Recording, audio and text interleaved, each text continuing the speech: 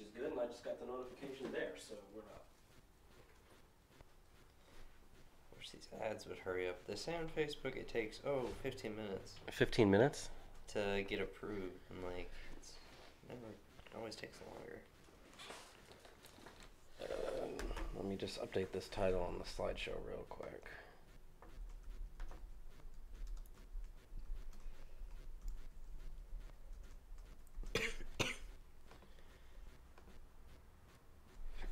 Okay, I see us up there, and the audio's working, so that's good. You want to start? Yeah, whenever you are, you can lead us out. Just make sure phones are and stuff. Yeah. Put it on silent. No ringtone.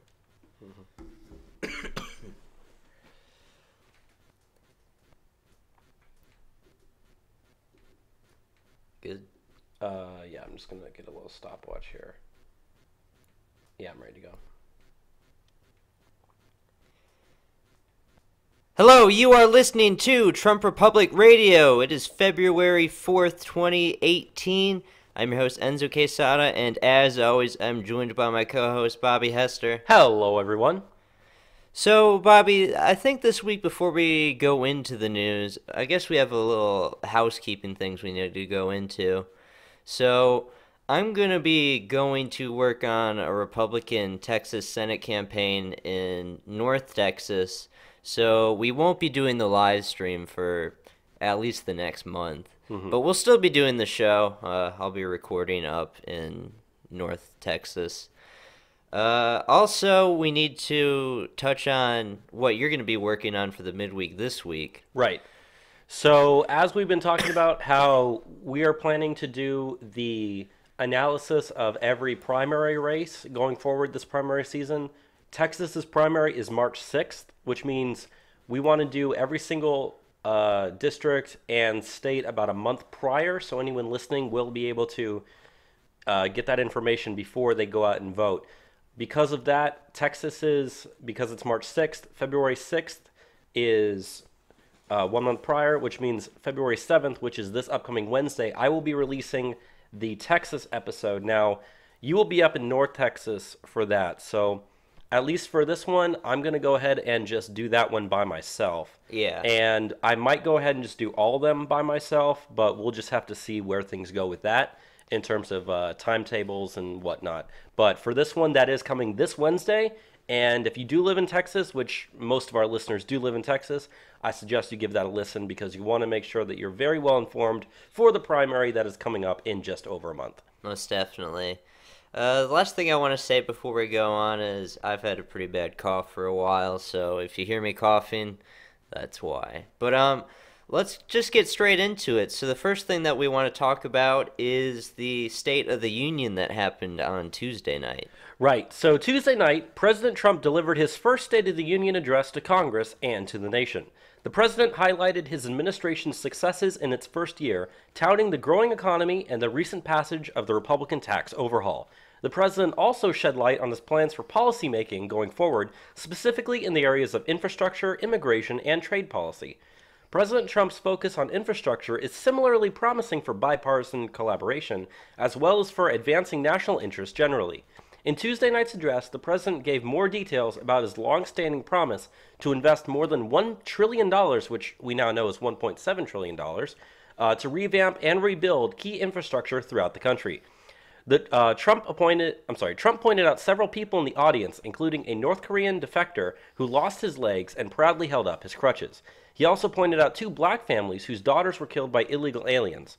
A third highlight was a successful business owner, as well as a young boy who started a nationwide movement to make sure that the graves of veterans have American flags placed on them.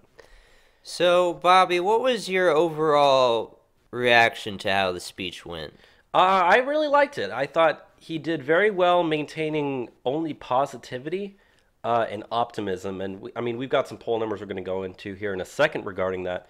But I noticed he really tried to stray away from anything that could be conceived as controversial, at least as much as he did. The only place he really delved into things that are kind of controversial is immigration stuff. Right. But And knowing the Harvard polling that we went over last week or 2 weeks ago, not actually controversial. yeah, and like I said, we're going to go into the polling numbers from the State of the Union here in a second, and the immigration numbers there are actually, it did pretty well for people that watched it that actually liked what he had to say. But in general, I think it was very positive. I think just regarding some of the members of the Congressional Black Caucus, who I don't even think they stood up or clapped at all, except for maybe when he entered. Just the view of regular everyday Americans that were watching this thing, especially when Trump talked about record low black unemployment rates. Camera cuts to these people that you'd think would be applauding that, but then they're sitting there and looking angry, not clapping for a single thing the president's saying as he's talking about, stock market being people having wages that are up, unemployment being down, black unemployment being down, all these good things that have happened since he came into office, and yet they're not clapping at all. They're not standing up. They're not giving him any credit. And I feel like, if you're an everyday average American, even a liberal, at least, more towards the center instead of being a hard left type person, if you're watching that, you're thinking, wow, these people look really petty. And so I don't think that's going to help the Democrats at all. And, like I said, we're going to go into these poll numbers here in a second, and I think that pretty much shows exactly that.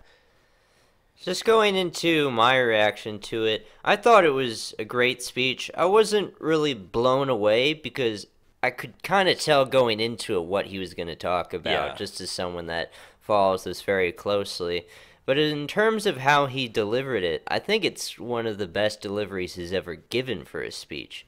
And, we both have seen him talk in person twice, and it really blows you away when you are in the same room as him when he's speaking. I couldn't only imagine how great it would have been to be there.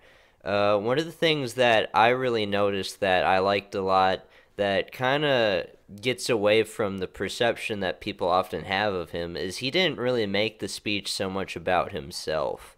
The big claim with Trump is always this huge narcissist, but he focused a lot on the people that he brought into the gallery and highlighting their achievements and their struggles and how they play into the bigger picture of us as a nation.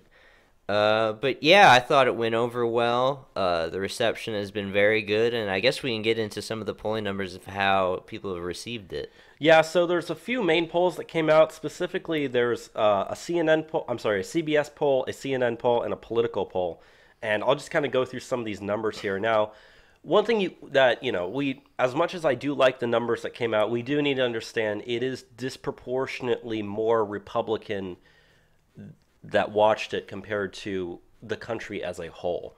But when you break it down and look at the individual numbers between the subgroups, Republican, Democrat, Independent, that's where things are really important. So when you hear these numbers that we're saying, just keep in mind that Republicans are more represented in this than they normally would be nationwide.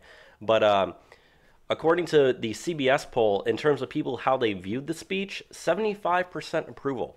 So that's really, really good. Now, Trump's approval rating, even in the bad type of polls that are taken of him is in like the low 40s. I know Rasmussen, which tends to lean more right, that's got him at 49% right now. So you can view that as you may, but still 75% approval from the people that watched it, and that's including Democrats and independents. 65% of people said it made them feel proud. 35% made them feel safer. 14% made them feel scared, which really is questionable because, like I said, he tried to maintain optimism and positivity the entire time. So I can't really understand how anyone would say that they'd feel scared per se. But 21% said that they felt angry. So that's probably, all the Democrats that watched it. I hate to say it, but that's, mostly probably accurate. Now, in terms of the policies that he had, 54% of people said that they believe that his policies will help them. So that's really good numbers for our side. Only 14% said that his policies will hurt them, which is, if you notice, the same number as people that said that they felt scared. 32%, however, about 1 in 3 people said that it will not affect them. So nothing really you can do for those people. But in terms of giving Trump credit for the economy, before the State of the Union, 51% of people believed that Trump should take credit for how good the economy is. After the State of the Union, that number went up to 54%. In terms of how much you want to give credit to him, before it was, I'm sorry, this is not a before and after, but in terms of people that watched it, people that give Trump a lot of credit, 54%, 18% give some credit, 13% give a little credit, and 15% gave none. So I don't know how anyone could not give Trump any credit at all for the state of the economy, given how many regulations we've cut and whatnot like that. Again, that's all probably paying into, if you notice, that 15% is right around that same 14% that said that it will hurt them and they felt scared. Yeah. So you're going to have about that 15% through There's this going to be entire thing. people you can never reach. People are just going to watch it and they're just going to, it's not going to reach them out. You're absolutely right. Now, this is probably the most important number that we're going to get out of this CBS poll here. And that is people in terms of what they favored on what they heard on immigration policies. Favor Trump's immigration policies that they heard in the State of the Union, 72%. Which, you know, we covered last week that Harvard poll. I mean, you remember the numbers probably more specifically than I do. But It was 8 in 10 Americans wanted to see a reduction in illegal immigration. You can go back and look up for yourself the Harvard poll on immigration, but I mean, most Americans support what Trump is saying on immigration, across the board. And, you see this across not only Republican support, but independent and Democrat support, very favorable, especially amongst independents. yeah, so in terms of what people thought Trump was trying to do in his speech, 81% of people said that they felt that he was trying to unite the country. 19% said that they felt he was trying to divide the country. So again, you're going to have about 1 in 5 people, 20-ish% around there, that you're just never going to be able to reach. In terms of what people felt on infrastructure, 91% of people favored what they heard on infrastructure. Now, that's actually really good going forward because of the fact that, I think we've said this on the show, and I don't think it's that controversial to say, but you're going to have a lot of more bipartisan appeal trying to do infrastructure type things than you normally would with immigration or even just the economy, taxes, healthcare, whatever. Even Chuck Schumer wrote an op-ed in the Washington Post, I believe it was earlier this week, talking about how he actually supported Trump's infrastructure plan as he stated it. So right there you have the Senate minority leader who does not like Trump coming out and saying, I like this plan from his. So if you've got his support, you're probably going to have a lot more supportive Democrats in the Senate. So in terms of Trump's infrastructure plans, we're probably good going forward. And the last number here from the CBS poll, favor what you heard on national security, 75% favor, 25% oppose. So those numbers from the CBS poll look really, really good. And then we also have a CNN poll, and I'm just going to kind of go through this pretty quickly. The breakdown of this was 31% Republican, 25 Democrat, 42 Independent. So that's actually better than what the CBS poll was, but still more disproportionately Republican. I mean, this is a R+6, and nationwide we're about a D+2 to D+3 right now, although you could argue that nationwide we're maybe down to D+1 or even. So take that how you will. But 62% of people thought that we were moving in the right direction for the country. 54% of people thought that Trump's priorities are focusing on the right priorities. Among registered voters, that's at 55%. 63% felt that they were more optimistic. 70% of people felt that the economy is moving in the right direction. 56% of people felt that immigration is moving in the right direction. 62% felt that trade was moving in the right direction. 62% thought that taxes were moving in the right direction. 65% thought that national security was moving in the right direction. 79% felt that infrastructure was moving in the right direction. So you can see that number is a lot higher than those others. In terms of the opinion of the speech, 69% of watchers gave it a very or somewhat positive reaction. In terms of the opinion of the speech, opinion of the speech for very or somewhat positive, the partisan breakdown, 95% of Republicans viewed it positive. 31% of Democrats viewed it positively. 76% of independents viewed it positively. Which is very critical moving forward. Especially since the midterms are, This is now February, and we're talking that November. Okay, so that's what, 9 months? And this is crunch time. Like And we most said, people are independents in the country. yeah, and like we said, Texas's primaries are just over a month away from now. And granted, Texas, for right now, it's still a Republican state. This stuff matters. And if you look at the opinion of the speech for negativity, only 4% of Republicans viewed it negatively, 68% of Democrats viewed it negatively, but 24% of independents. So if you've got 95% Republican support, roughly a third of Democrats, and three-quarters of independents, that's going to do very, very well for you in the midterms. Finally, though, we have the last poll, and that's a Politico poll. And this one's got some more information that I think is kind of funny, but also very, very interesting. 62% of people gave it an excellent or good rating. 17% called it fair. 20% called it poor. 35% of people gave Trump an A. 25% gave him a B. And 14% gave him a C. So if you take A and B as like good ratings, that adds up to what? About 60%, which is right around the same number that's called it excellent or good. And then just passing grades, it's 74%. Yeah, 74%. So failing grades, which I'm considering D and F, is both 13, so that's 26%. So Yeah. again, you're getting about 75% approval across the board with this stuff.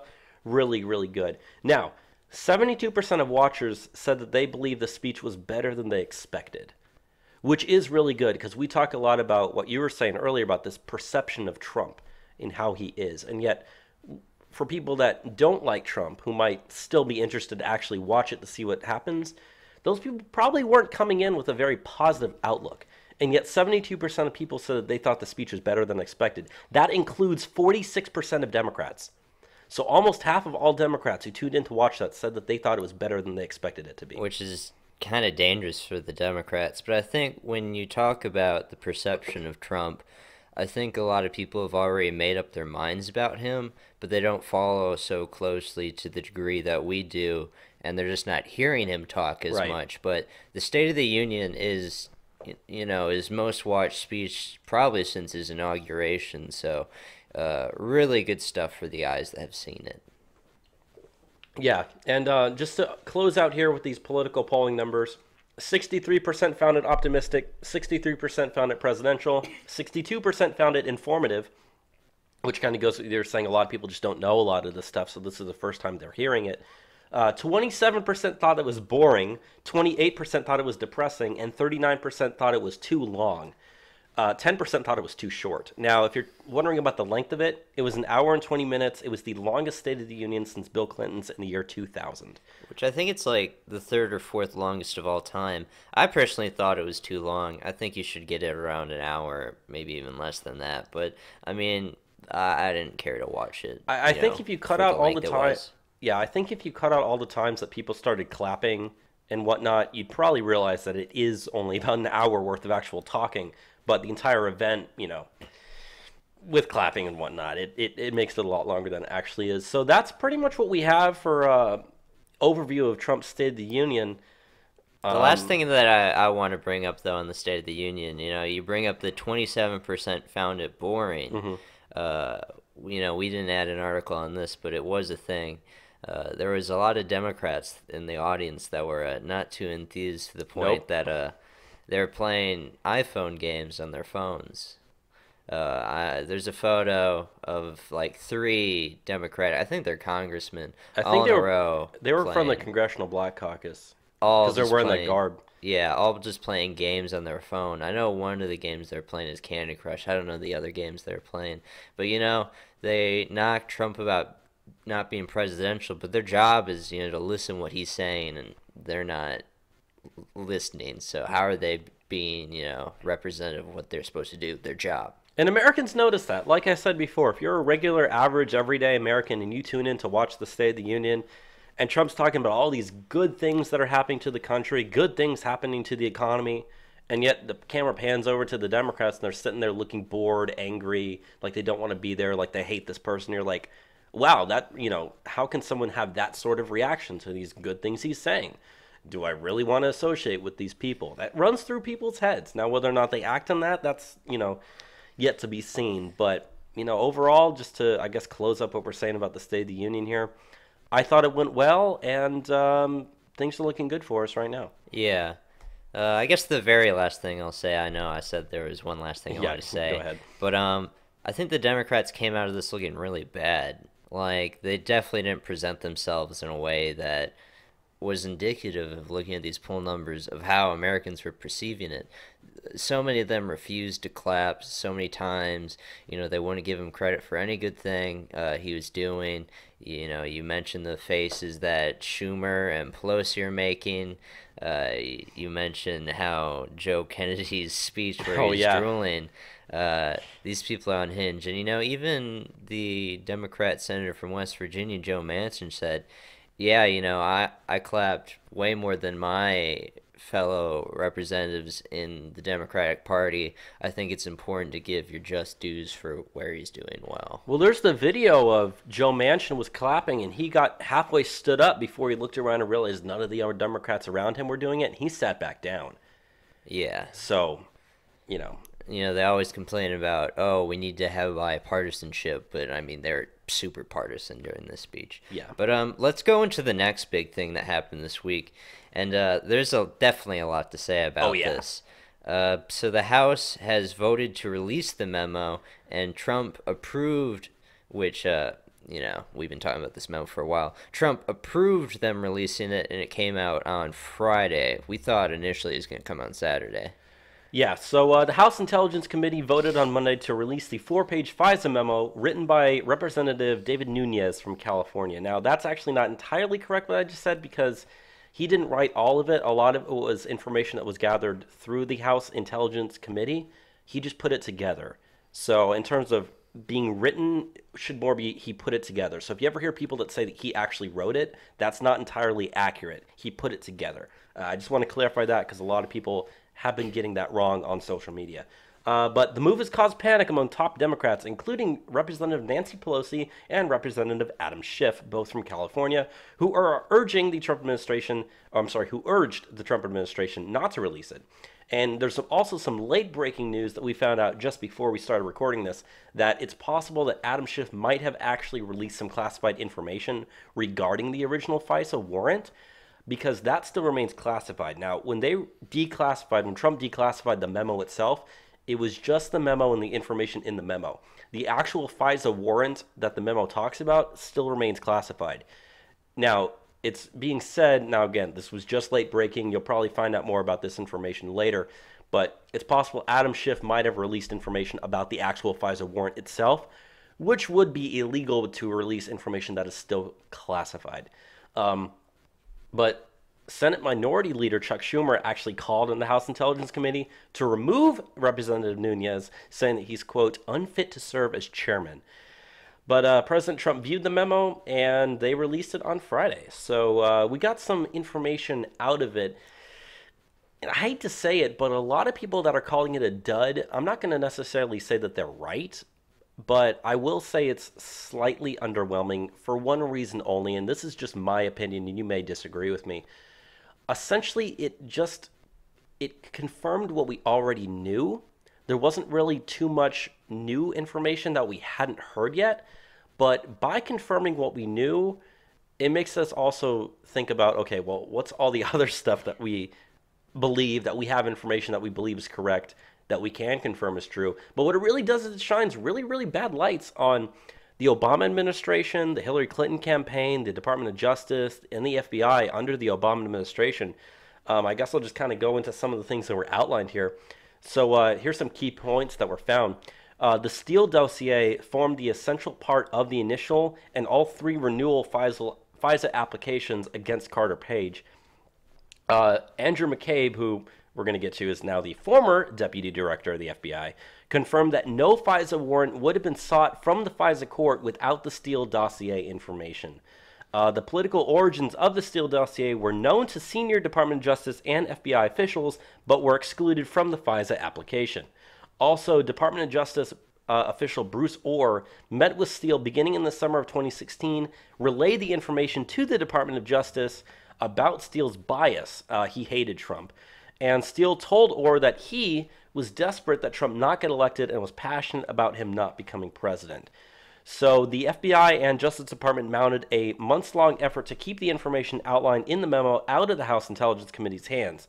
Only the threat of contempt charges and other forms of pressure forced by the FBI and Justice Department to give up the material. Once Intelligence Committee leaders and staff compiled some of the information in the memo, the FBI and Justice Department, supported by Capitol Hill Democrats, mounted a ferocious campaign of opposition, saying release of the memo would endanger national security and the rule of law. Finally, the memo released on Friday does not represent the sum total of what House investigators have learned in their review of the FBI and the Justice Department regarding the Trump-Russia investigation. That means that the fight over the memo could be replayed in the future when the Intelligence Committee decides to release more information. Representative Paul Gosar from Arizona, Republican, said on Twitter that he'll be co-authoring a letter to Attorney General Jeff Sessions seeking criminal prosecutions of traitors to our nation regarding former FBI Director James Comey, former Deputy FBI Director Andrew McCabe, former Deputy Attorney General former Deputy Attorney General Sally Yates, and current Deputy Attorney General Rod Rosenstein for their, quote, illegal conduct and abuse of FISA. He also says that they have made a mockery of the FBI. Now, if you remember last month, there was a vote on whether or not to reauthorize FISA. Gosar was one of the few people that actually voted no on that. So he's very, very against the FISA process. But that did pass. And it did pass, and nothing we can do about that now. But Representative Nunes did state that there will be more memos to come, including one that focuses directly on the State Department's role in the FISA process. And the Senate said that their Intelligence Committee also has a memo that they are working on as well. So, and then we have the IG report coming. Right, and that's going to be the biggest thing, because the IG report is going to be, probably several hundred pages long. It's going to be extremely detailed. All the information will be definitely in there. It's all going to be sourced. It's going to be extremely descriptive. I know the Nunes memo here is only 4 pages long, and it's fairly descriptive, but even then, there's a lot of stuff where you can be like, okay, can we get more information Which here? We're getting that memo sources in March or April, right, in that time period. And so regarding just the Nunes memo itself, I mean, for anyone out there that doesn't 100% know exactly what it's talking about, a basic rundown of it is that back in 2016, the conservative website Washington Free Beacon, which is ran by Bill Kristol and his cronies, they were trying to dig up Trump-Russia information to try to discredit Trump and get someone other than Trump as the Republican nominee. And that's originally when they hired this, MI6 agent Christopher Steele to try to dig up this information. But Christopher Steele hated Trump. He was very anti-Trump. He made it well known that he was very anti-Trump in the people he talked to. But they originally hired him, and then they he was working through Fusion GPS. Right, and Fusion GPS was the firm that hired him. Now, at that point, he was fired, or he stopped working for the Republicans. It was at this point that the Democrat Party, the Hillary Clinton campaign, started paying Fusion GPS, who was paying Christopher Steele to create this phony dossier. They paid out to him $160,000. Right.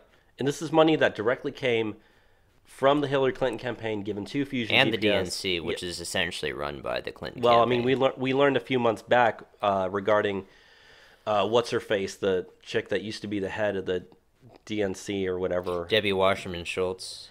No, who was the other one that released the information talking about how the Clinton campaign was essentially a slush fund for the DNC, or essentially saying that the Democrat Party was rigged? You remember when Donna Brazile, yes, when she released her thing, and she wrote an entire book on it. Yeah, so we know that the Democrat Party and the Hillary Clinton campaign were one and the same through this entire process. That's there's no one really that's going to dispute that anymore. Enough information has come out to prove that. But essentially, what happens is, so they paid Christopher Steele, and Christopher Steele completely makes up everything regarding this. Now, this was the Pissgate dossier that said that Trump hired hookers to go to the same hotel room that Obama stayed in when he took a trip to Moscow to pee on him when he was laying in bed, him being Trump, to pee on Trump. It's just all this stuff. It's completely unfounded. There's no evidence regarding it. To this day, no evidence has come out. And they claim that he, like the Russians, know about this strange sexual escapade and they're holding that against him. That's how he's in their pocket. He's controlled by them. But, the thing's been discredited numerous times. Even a lot of people on the left even have already said, like, I don't want to touch this thing. Remember, when it first came out, when that story broke, BuzzFeed and CNN were the only two things that broke it. NBC said, yeah, we're not touching this because we don't want to do it. So, as much as I hate, what we call the fake news, maybe they had an ounce of credibility at one point a year ago. But the way it happens is by using this memo, by using the dossier, excuse me, the DNC was able to take that information to a FISA court, using it as evidence. Well, they took it and gave it to the Obama administration's Department of Justice and their FBI. Mm-hmm.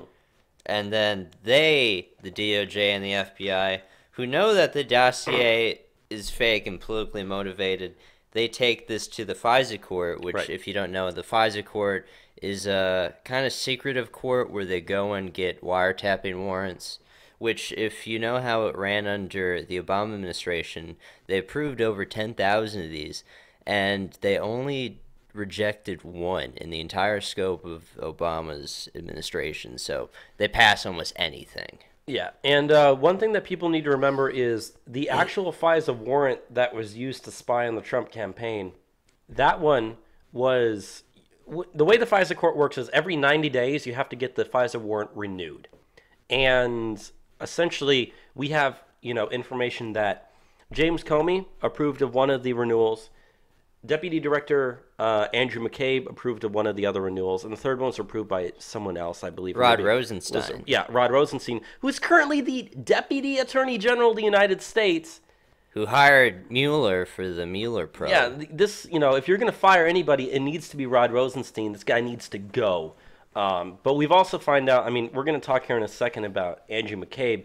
Andrew McCabe was the deputy FBI director, but he's now, we're going to get back to the memo in a second. I just kind of want to go to the story real quick. Earlier on Friday, when the House, early on Friday, right before they released the memo, news breaks that deputy FBI director Andrew McCabe says he's stepping down from his role. But he said he's going to plan to not fully retire until his pension is ready in the middle of March. Now, his pension is reported to be worth around $2 million, but it's not going to kick in until March 18th. So essentially what McCabe is doing is saying, I'm not going to fully quit. I'm going to stop working and take indefinite amounts of leave until March 18th when I can fully say, that's it, I'm gone, give me my money. So that looked really, really shady with the timing there, and especially since they're lawyering up right now.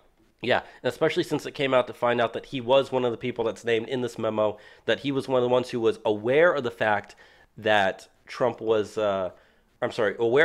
was one of the people that was aware of the fact that Christopher Steele was against an anti-Trump, and yet he approved the thing anyway. Now, one of the things that people need to realize and understand here is that when they brought all this information with the dossier and stuff to the FISA court, it was not told to the FISA court about Christopher Steele's political opinion on Trump. And that was one of the things that's was one of the few things that was actually information that we did not know prior to the release of this memo. We knew he didn't like Trump, but we weren't aware about the fact that the FISA court was not made aware of that and the FISA before court, they approved it, the warrant. The FISA court has like a higher standard of disclosure that you're required to give, and they didn't disclose it. I just wanted to give I did look this up just now. Also, Sally Yates and Dana Bonte also signed renewals for the FISA. Thank you.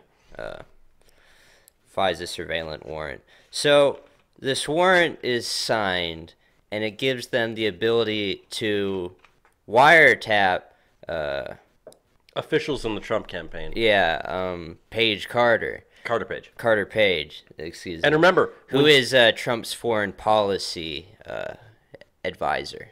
Yeah, and I lost my train of thought that I was going to say. But no, I can continue for it.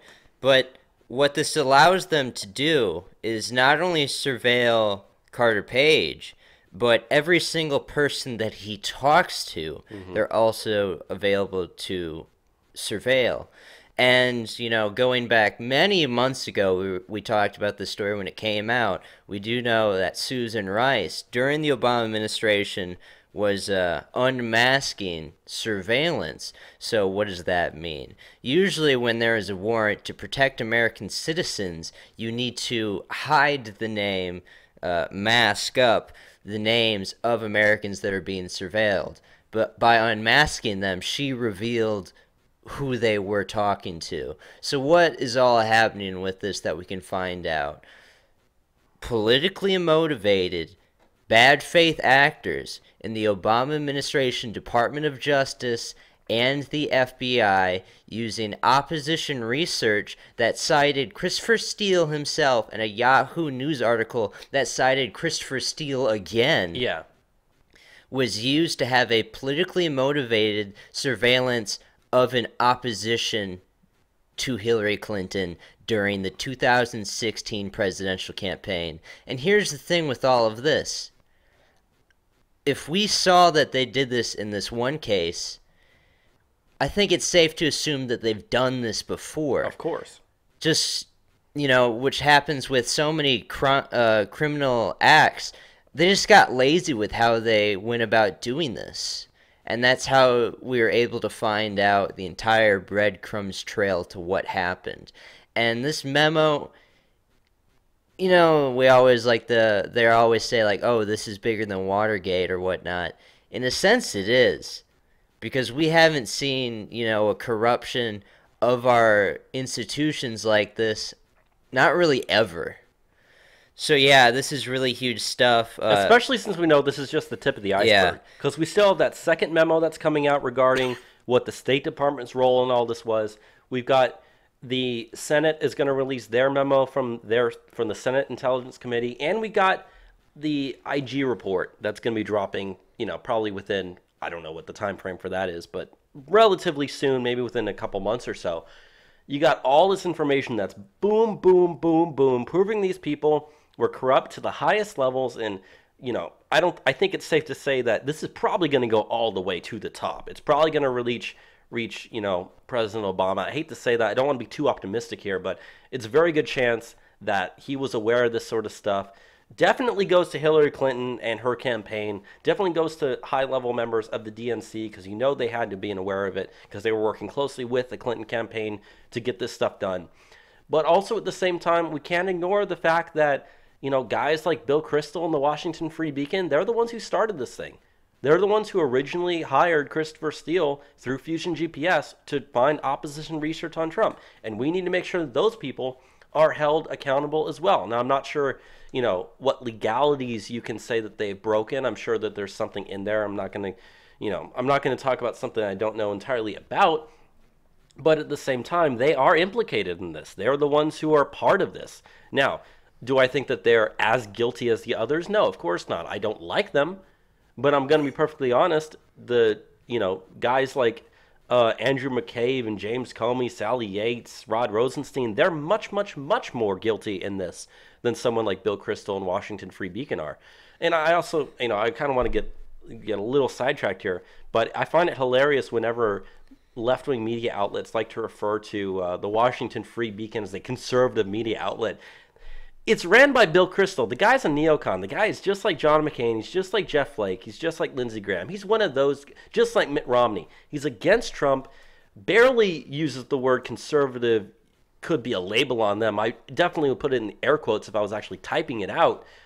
These people are not conservatives. They're the never Trump wing of the Republican Party, which thankfully is, diminishing in numbers and doesn't really have as much power. But these people are guilty as well. So I want to go into something in regards to this memo that's important to keep in mind.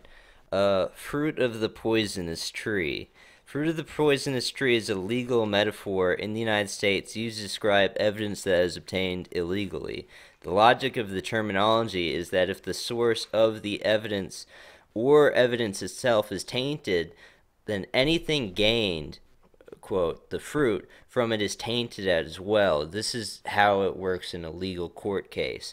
So by our knowledge that the dossier is false, it means the entire investigation into Trump, through the Mueller probe, is delegitimized. It's tainted, and it has to be thrown out at this point. The idea that this can continue, it's crazy. And they're very afraid with this stuff right now. And that's part of the reason why Andrew McCabe stepped down, because he was the one who, under oath, when he was giving testimony, he said that had there been no FISA warrant, had the Steele dossier not gone to the FISA court, there never would have been a FISA warrant to spy on the Trump campaign. And there would not have been the Mueller probe, as you said, if you wouldn't have had that FISA warrant in the first place. So it all comes back to what we've been saying for the last several months. The entire Russia narrative is a lie. The entire Mueller probe is built on a lie. And these people need to get fired. They need to get removed from office. And frankly, you need to start filing criminal charges against these people. Because they're corrupt, and they're aware they're corrupt, and they're trying to cover up their corruptness. And the kind of scary thing is, if Hillary Clinton had won the presidency, not only would these people never be exposed, but this would become the standard procedure to how to behave. And you'd see this happen even more so against Republicans, if not to say this is already extensively happening. So, yeah, this is really huge news. I think it's bigger than the State of the Union this week. I think so as well. And there's a lot more to come. So the Democrats are extremely afraid at the moment. They don't really know how to react to all this. The media doesn't know how to react to this. One of the funny, and they try to say this is an issue of national security. That was a complete lie.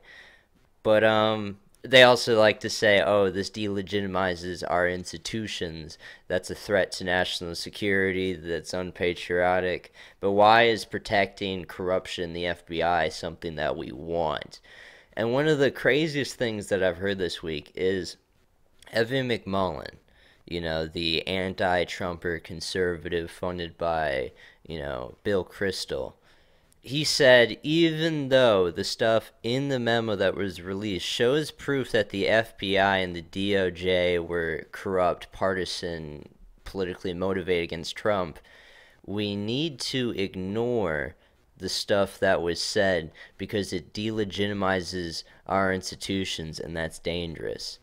That's the level of rhetoric and delusion that, the Never Trump wing of the Republican Party is working on. And it's just dangerous. And keep in mind, that exact same wing is about to get Mitt Romney elected as a senator in Utah. Yeah.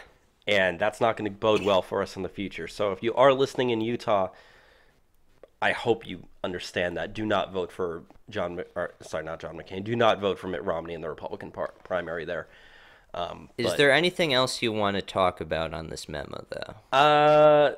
Not really, no. I don't want to say anything else about it other than the fact that we got to wait and see for anything else that's going to come out. And I think we described it pretty well in our evaluation. So let's move on to this train crash. Yeah, so a train carrying members of Congress to a Republican retreat in West Virginia slammed into a garbage truck Wednesday, throwing lawmakers from their seats and leaving at least one person dead, officials said. Authorities identified the person killed as Christopher Foley, age 28, of Louisa County, Virginia, one of two passengers inside the truck. The other passenger, still unidentified, was airlifted to the University of Virginia Medical Center with critical injuries. An aide to House Speaker Paul Ryan was taken to the hospital with a minor head injury. Passengers on the train reported nothing more than minor injuries, however. But Representative Jeff Denham, Republican from California, who was on board, said, quote, "It was a very high-speed collision. There was no braking that was felt. We hit an immediate impact and went from 70 to 0 very quickly." So this was the day after the State of the Union when members of the Republican Party were heading to West Virginia. Wednesday. On Wednesday. And essentially they said that this truck, it was stuck on the tracks. The train hit it. The driver was killed. I know that Paul Ryan was on board. Jeff Denham was on board. There's another Republican, I think it was Jeff Flake, was also on board the train when it happened.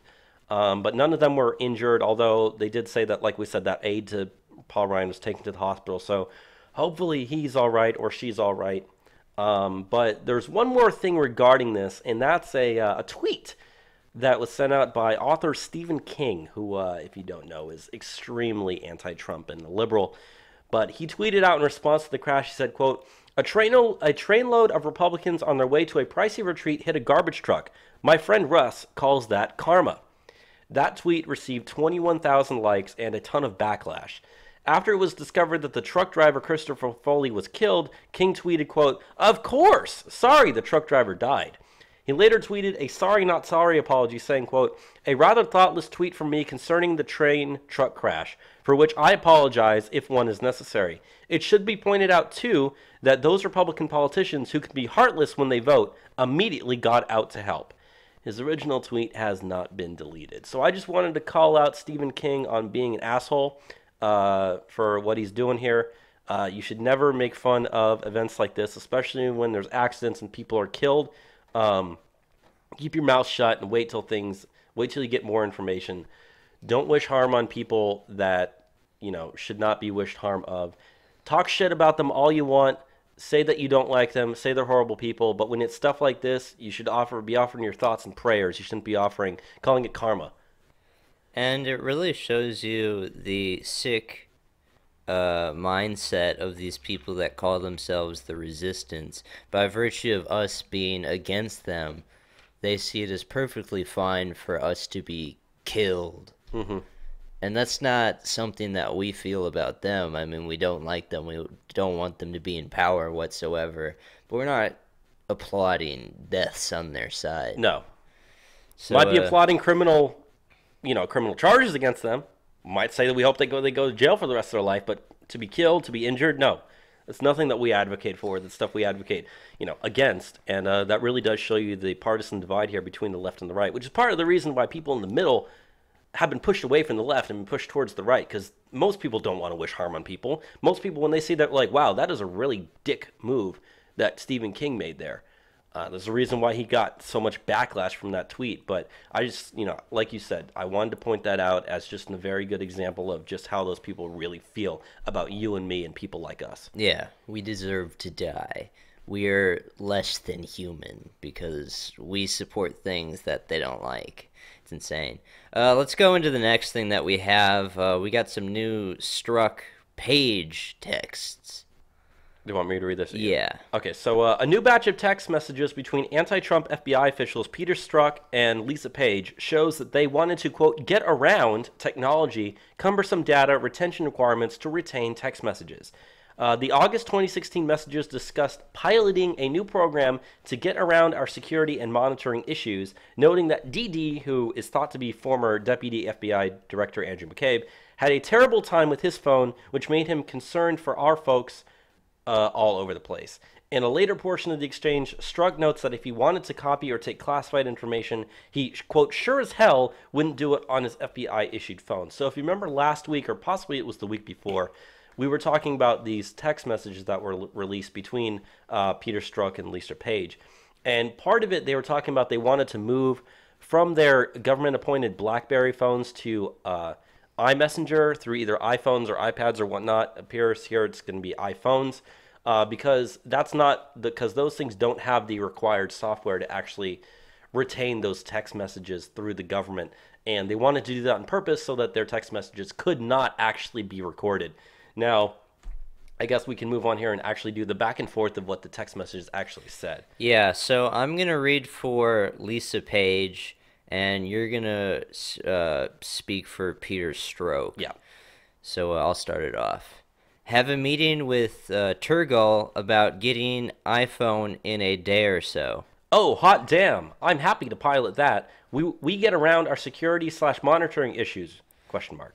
No, he's proposing that we just stop following them. Apparently the requirement to capture text from OMB, which is the Office of Management and Budget, but we're the only organization, I'm told, who is following that rule. His point is, if no one else is doing it, why should we?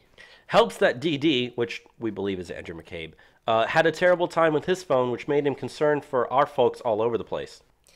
These phones suck as much as they do because of the program we use to capture texts. Full stop. No doubt. I'm not convinced. Actually, that one's... These are all through mine here. No doubt. I'm not convinced, short of OPR, that text capture capability really deters anything. If I wanted to copy/take classified information, I'm sure as hell not going to do it on this phone. I thought it was more from a discovery perspective. Probably. So just make a rule, no text of a discoverable nature. Like you said, what are CBP, DEA, others doing? So that's the text messages that were released from the two. You can see that they're openly talking about moving onto devices that aren't going to be recording what their text messages are for the sole purpose of making sure that, they can talk about classified information or whatnot, which is, frankly, not the way things should be run. I'm not 100% sure how illegal that actually is. I'm sure it probably is. It definitely doesn't seem ethical. It's not ethical because, we want to subpoena these text messages. We've already got them released. And if we find out that, hey, there's thousands and thousands of text messages that these people sent to each other that we can't get access to because they purposely went out of their way to make sure that you couldn't find them, that does not make it seem like they're talking about just regular everyday activities. That really seems like they're up to some really shady business. And, we know that they were. Yeah. So that's essentially what we have for the top news for this week, unless you want to say anything else about those text messages. I don't have anything else. Let's just go straight into the economy. So I get the first thing here, and that is in regards to tax cut approval ratings have been rising. According to the latest Monmouth University poll, the approval and disapproval ratings for the newly released tax reform are tied at 44%. These numbers are a stark contrast to December, when tax cuts only polled at 25% approval and 47% disapproval. Also in December, only 14% of Americans believe they would see their taxes go down, compared to half of the public that believed their taxes would rise. These numbers now stand at 24% who believe they'll see a tax cut and 36% who believe they will pay higher taxes. According to the estimates of a joint committee on taxation, Congress's nonpartisan scorekeeper for tax bills, less than 10% of Americans will see their taxes rise and more than 60% will see taxes fall. So as a rising number of Americans learn that their earlier assessments of the tax bill were wrong, it is likely to become even more popular. And especially since we got so many different companies that are giving out bonuses, which is, pretty much what the next thing is that we're going to get to here. Frankly, I hate to say it, but sometimes you need to just go into people, especially when they're, part of that, what was it? Still 36% who believe that they're going to have to pay higher taxes. That's just not true. It's just not true. And I hate to say it, but you need to just flat out tell those people you are absolutely wrong and you don't know what you're talking about. You need to go out there and you need to do the research for yourselves. You can't just listen to some left-wing talking point in the internet or the mainstream media or CNN or whatever the hell you're listening to. You can't listen to them. You need to go do your own research. Use the freaking website that they have, which allows you to input your information and see what the change is in your own taxes, which I did that for my family. We're going to save about $2,000 a year, which is good. But frankly, look at this number here we talked about. Back in December, only 14% of Americans thought that they would see their taxes go down. That's now at 24%, yet the Joint Committee on Taxation, which is nonpartisan, says it's going to be 60%. So that's roughly 40% of Americans who don't think that their taxes are going to go down, who actually are going to have their taxes go down. And I remember the week that tax reform passed, we were going very in depth on, how people were going to be impacted. And we're saying numbers around 80% we're going to see their taxes drop, and only 5% we're going to see their taxes rise, with the rest, not seeing any significant change. So, yeah, people are just highly misinformed on this, but as we get closer to tax season, people are going to realize, wow, this actually was a beneficial bill for me, and it's going to help both the Trump administration and the Republican Party moving forward. Yeah, and that's very, very important. So if you're one of the, like we said, we're moving into tax season here, so as you file your taxes, especially if you're one of those people that's getting a bonus, just remember, not a single Democrat in Congress voted for that. They all voted against it. So, yeah, take that information to the ballot box. Let's move on to the next thing that we have here in regards to ExxonMobil investing money in the United States. Yeah, so we've actually got 3 different stories here about companies that are investing and giving bonuses, but we're going to start with ExxonMobil. Because of tax reform. Yeah, this is all because of tax reform. So ExxonMobil announced Monday that they plan to invest $50 billion into the U.S. economy over the next 5 years because of tax reform. $15 billion of the plan was already announced, most of which will be going towards increased production in the Permian Basin in western Texas and eastern New Mexico. This means that the additional $35 billion in investments came after and because of tax reform. The CEO of ExxonMobil, Dan Woods, in a blog post said, quote, "These investments are underpinned by the unique strengths of our country and enhanced by the historic tax reform recently signed into law. These positive developments will mean more jobs and the last, as far as bonuses we have to go into, is Best Buy. Yeah, so finally here we have Best Buy. In a letter released Friday, Best Buy CEO Hubert Joly said full-time workers will receive a one-time bonus of $1,000 and part-time workers will receive a one-time bonus of $500 because of tax reform. In all, more than 100,000 of Best Buy's 125,000 workers in the U.S., Mexico, and Canada will receive the bonuses on this month's paycheck. In addition, Best Buy will be making a one-time contribution of $20 million to the Best Buy Foundation to help further expand its teen tech centers and Geek Squad academies across the U.S. A portion also will be used to create a nationwide employee volunteer program aimed at teenagers and technology. It is expected that this will reach over 1 million teens a year. So, all these different bonuses that we've seen from tax reform, this is something that me and you predicted from the very get-go. A lot of this has to do with lowering the corporate tax rate from 35% to 21%, which is the easiest way to increase, the productivity of businesses in the country. But yeah, this is all before we even see any actual taxes come back to these companies. We're going to see more bonuses given out once these companies actually receive their money. You can expect to at least see some higher productivity. The workers are going to be more motivated when they receive these bonuses. And as these companies do better, they're going to be able to give even more bonuses. I recently talked to a lady working at a company that makes race car fuel. And she was telling me with the new tax bill, they've seen massive growth in their company over the last couple. I doubt any of them are going to say no. And no matter their political affiliation. No matter their especially if it's someone who looks like a liberal, because we know exactly what these people look like. But if they've got the dyed blue hair, or if they're a female that's got a bunch of tattoos, half her head shaved, pink hair, whatever. Even guys that look kind of, look like liberal communist soy boys, yeah. Walk up to them, get them talking in conversation, have them help you look for just some BS about a computer, an iPad or something.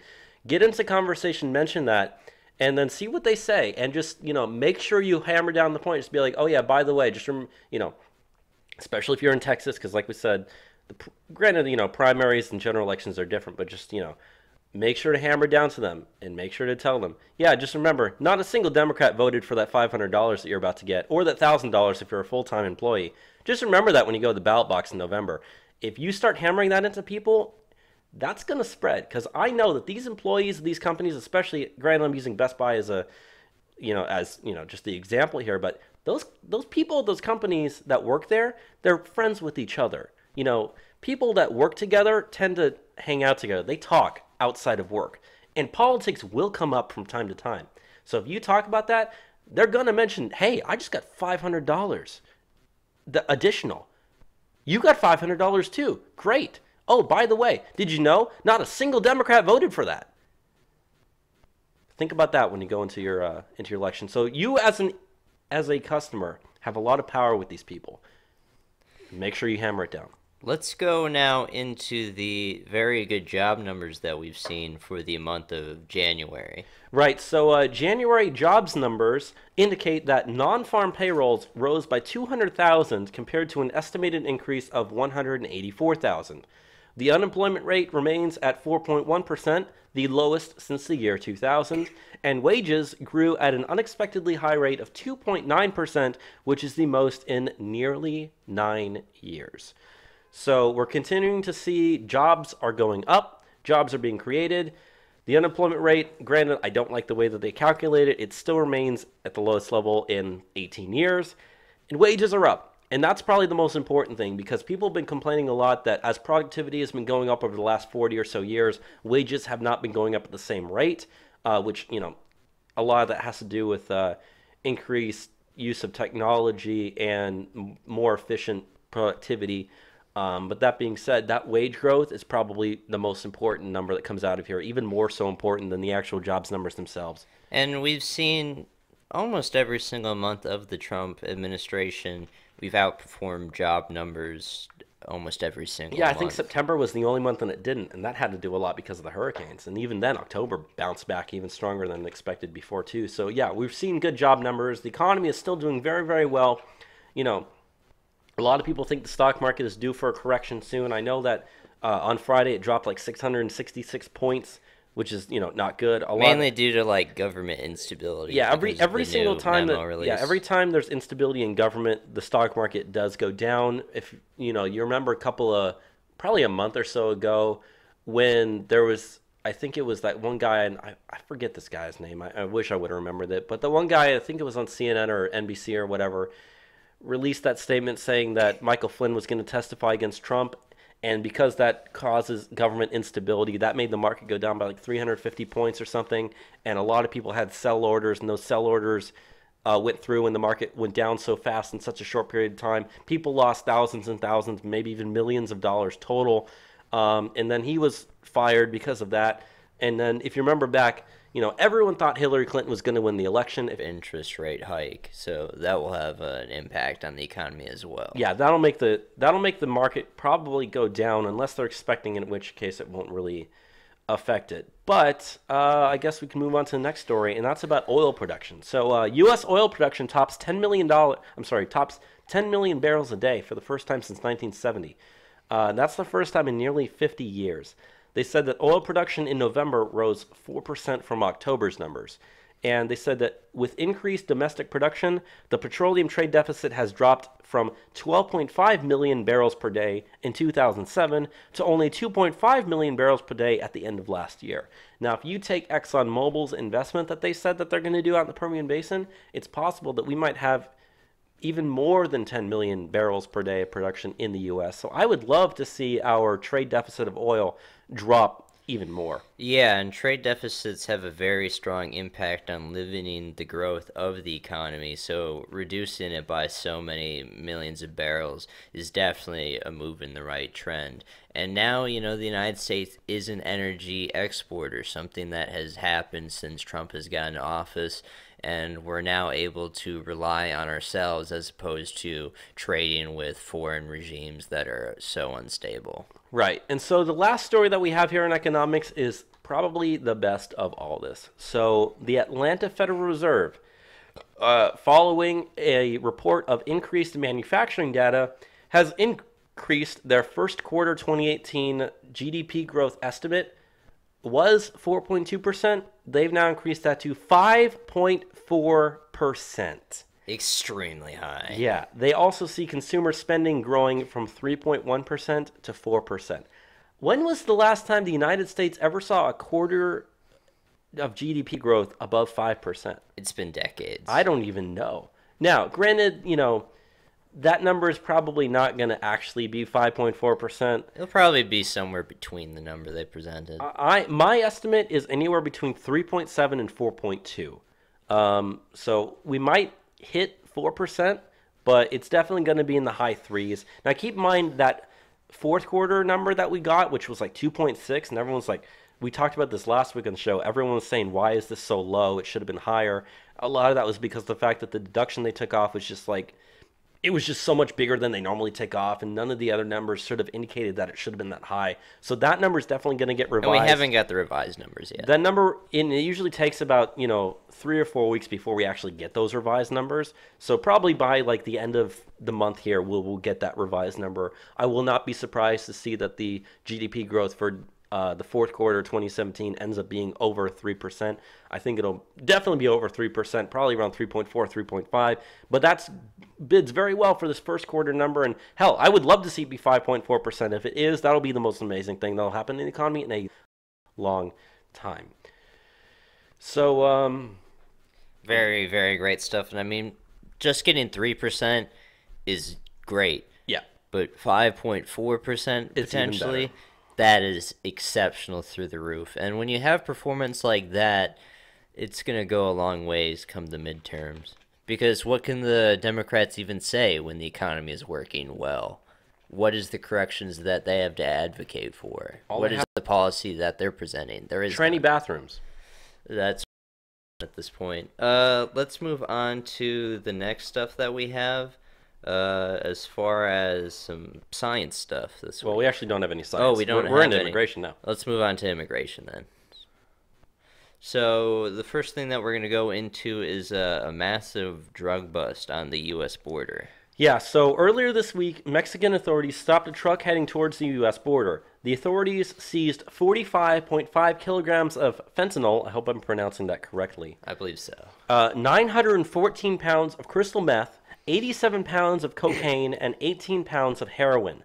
Now, fentanyl is a medically used opioid that is considered to be 100 times more powerful than morphine and prone to lethal overdoses because the Oxford Treatment Center lists a fatal dose as only 2 milligrams. The 45.5 kilograms would be enough to kill, I heard, up to 19 million people. So at least millions. At least millions of people could possibly die because of all the fentanyl in that one truck alone. They said the drugs were found in 10 bundles, 3 suitcases, 18 bricks, and 18 plastic containers, and the truck was listed as being registered in California. So that just proves to you just how much we actually need the wall, because this was a truck that was essentially just driving out in the middle of the desert heading towards the U.S. Yeah. And both me and Bobby, we're not of the libertarian, legalize all drug viewpoints. This stuff coming into the country isn't good. It's not productive. We don't want any of it. Especially that fentanyl there. When it has the potential to kill so many millions of people, we don't want to deal with that. No. Let's go into the next thing. What's the next thing that we have on the docket? Next thing we have is border wall prototypes passing some rigorous testing. Oh, yeah. The 8 border wall prototypes have gone through rigorous testing recently. Last week they were tested by Spec Ops teams from El Paso in Florida, and the guys were unable to get over the wall thanks to anti-climbing and anti-perching features. This week the walls have withstood cutting torches, jackhammers, and concrete saws. A DHS official in Washington said, quote, "I can't talk about it, but the walls were so high we had to suspend testing. It was unsafe. Out of dozens of attempts, one guy made it to the top, but he couldn't get down. We had to bring him down with a cherry picker." Among the 8 designs, agents still prefer the see-through style fence, topped with a flat concrete or steel anti-scaling mat. Agents say a 30-foot high wall may not be necessary. 24 feet might be acceptable to save a few dollars. The results of the tests will not officially be known for another 2 or 3 months. So, you know, they always say walls don't work. You're just going to take a ladder to go over. You're going to dig under. You can just go to Home Depot and you'll get over. What was it Gary Johnson said? Like, oh, if you have a 20-foot wall, you're just going to increase the market for 21-feet ladders. That's not how these walls work. These guys can't get over These whatsoever. are Spec Ops guys. These are like Navy SEAL type guys. You're not going to be able to do this with pregnant Mexican women. They had dozens of attempts, and only one guy was actually able to make it to the top of the wall, and even then he couldn't get down. So yeah, So they had to get a cherry picker to come pick him up. You think of a Spec Ops guy, Only one guy out of dozens of attempts is able to actually make it to the top and still can't get down. You think some pregnant Mexican woman or some little kid yeah. is going to be able to do this? It's not happening. It's not going to happen. Yeah, and you need to keep in mind there's also underground. Well, it goes underground at least like 6 They've been feet saying down. 6 feet, yeah. Maybe in the future designs or something they'll go even deeper. 6 feet is adequate enough, but they also have sensing devices. So even if you're going deeper than 6 feet, which is hard to tunnel that far down and continue under the border, we're going to be able to tell, having the see-through fence design, which a lot of, Republicans saying like, oh, that's so terrible, but it's what the Border Patrol prefers, and I kind of take their opinion, in higher respect than just what the average observer says. This wall will work extremely effectively, and we talked about a couple weeks ago. We had a report on how much the wall would cost. It would only cost a penny per every $20 the U.S. government spends. They always say like this is a big waste of money. It really isn't. You could, with that number, you could pay it in a year, but this is going to be something spread over the course of many years to pay for this wall. And really where it comes down to it is the Democrats just don't want us to be a nation. They're mad that having a border wall asserts that we're a nation that has borders, because they just want these people to flood in, because every individual in the entire world is a potential constituent to the Democratic Party. They don't care about appealing to you, the American citizen, anymore. One thing we didn't mention, but Trump had the quote, "Americans are dreamers too." Title of this episode. And that really offended them highly, because they prioritize illegal aliens over you. And, all the propaganda they have on the wall, it's all wrong. So if you ever run into anyone that's saying stuff about the wall, just look up, the Spec Ops guys trying to go over the wall. They can't do it. The wall will work. Exactly. So, and other than that, the last thing I want to say about that is the fact that that one line there, agents say a 30-foot wall may not be necessary, 24 feet might be acceptable to save a few dollars. They're literally saying you're going overkill with this wall here, guys. Yeah. Even the Border Patrol is saying, okay, let's calm down here a bit. It doesn't need to be that big. And you don't need walling on every single mile of the U.S. border whatsoever. 700 miles would be adequate enough. And that's what the government's been saying is their priority, is even that 700 miles. Even 100 miles in the right places, you'll see a dramatic fall in illegal immigration. And we already have enough funding to do that. Yeah. And if you ever want proof about the fact that you don't need to build a wall over every single square inch of the border, Google Santa Elena Canyon, Big Bend National Park. That's about 1,000-foot tall sheer cliff that's right on the border. There's no way anyone's getting through that thing. Yeah. And when you have stuff like that, you really understand, okay, yeah, we don't need wall here. And that's what they say, is there's a lot of the border that's like mountainous, rivers, sort of stuff like that you don't need the border wall to be at. But there are other areas where it's definitely necessary. Yeah. So let's go into the next thing that we got here. Border agents found 76 illegal aliens in a tractor trailer in Texas. Border agents in Laredo, Texas, which is very south near the border. It's right on the border. Yeah, stopped a truck because they had to ask the driver about his immigration status. Upon further search of the truck, the agents discovered 76 illegal aliens inside the trailer. The 76 illegal aliens are said to be from Mexico, Honduras, El Salvador, and Guatemala. Among these were 13 unaccompanied children. The driver of the truck, who is a U.S. citizen, was arrested, and the truck was seized by the Border Patrol. And a lot of people talk about the fact that a majority of illegal immigrants in this country are visa overstays, which is true. The left is right when they say that, but that also shows you why we need to, focus on fixing the whole visa overstay. Which we're working on the entry and exit systems, because they don't exist at the moment. But also, what I kind of want to bring up here is, say you do build the wall, that is going to essentially stop all foot crossings of the border, but you are going to see an increase of stuff like this, of people using trucks and whatnot to get across the border. I mean, we talked about how, a few months ago there was that truck that had like, what was it, like 100 or so people in San Antonio that was found, and like Yeah, and they died of a heat lot of the exhaustion. people of them died. You got 76 people here in a tractor trailer, and we're talking like your regular 53-foot trucks here. Okay, so it's very important. We as Republicans, as people, as Trump supporters, need to understand that as you step up your visa overstay, e-verify type systems, as you build the wall and you're stopping this, you're going to see an increase of people attempting to do stuff like hiding in the back of trucks, which means the next goal after you do this is increased border security, which, as we're calling for, but a lot of it has to do with making sure that stuff like this doesn't happen, where you can fit 76 people in a truck and try to get across the border.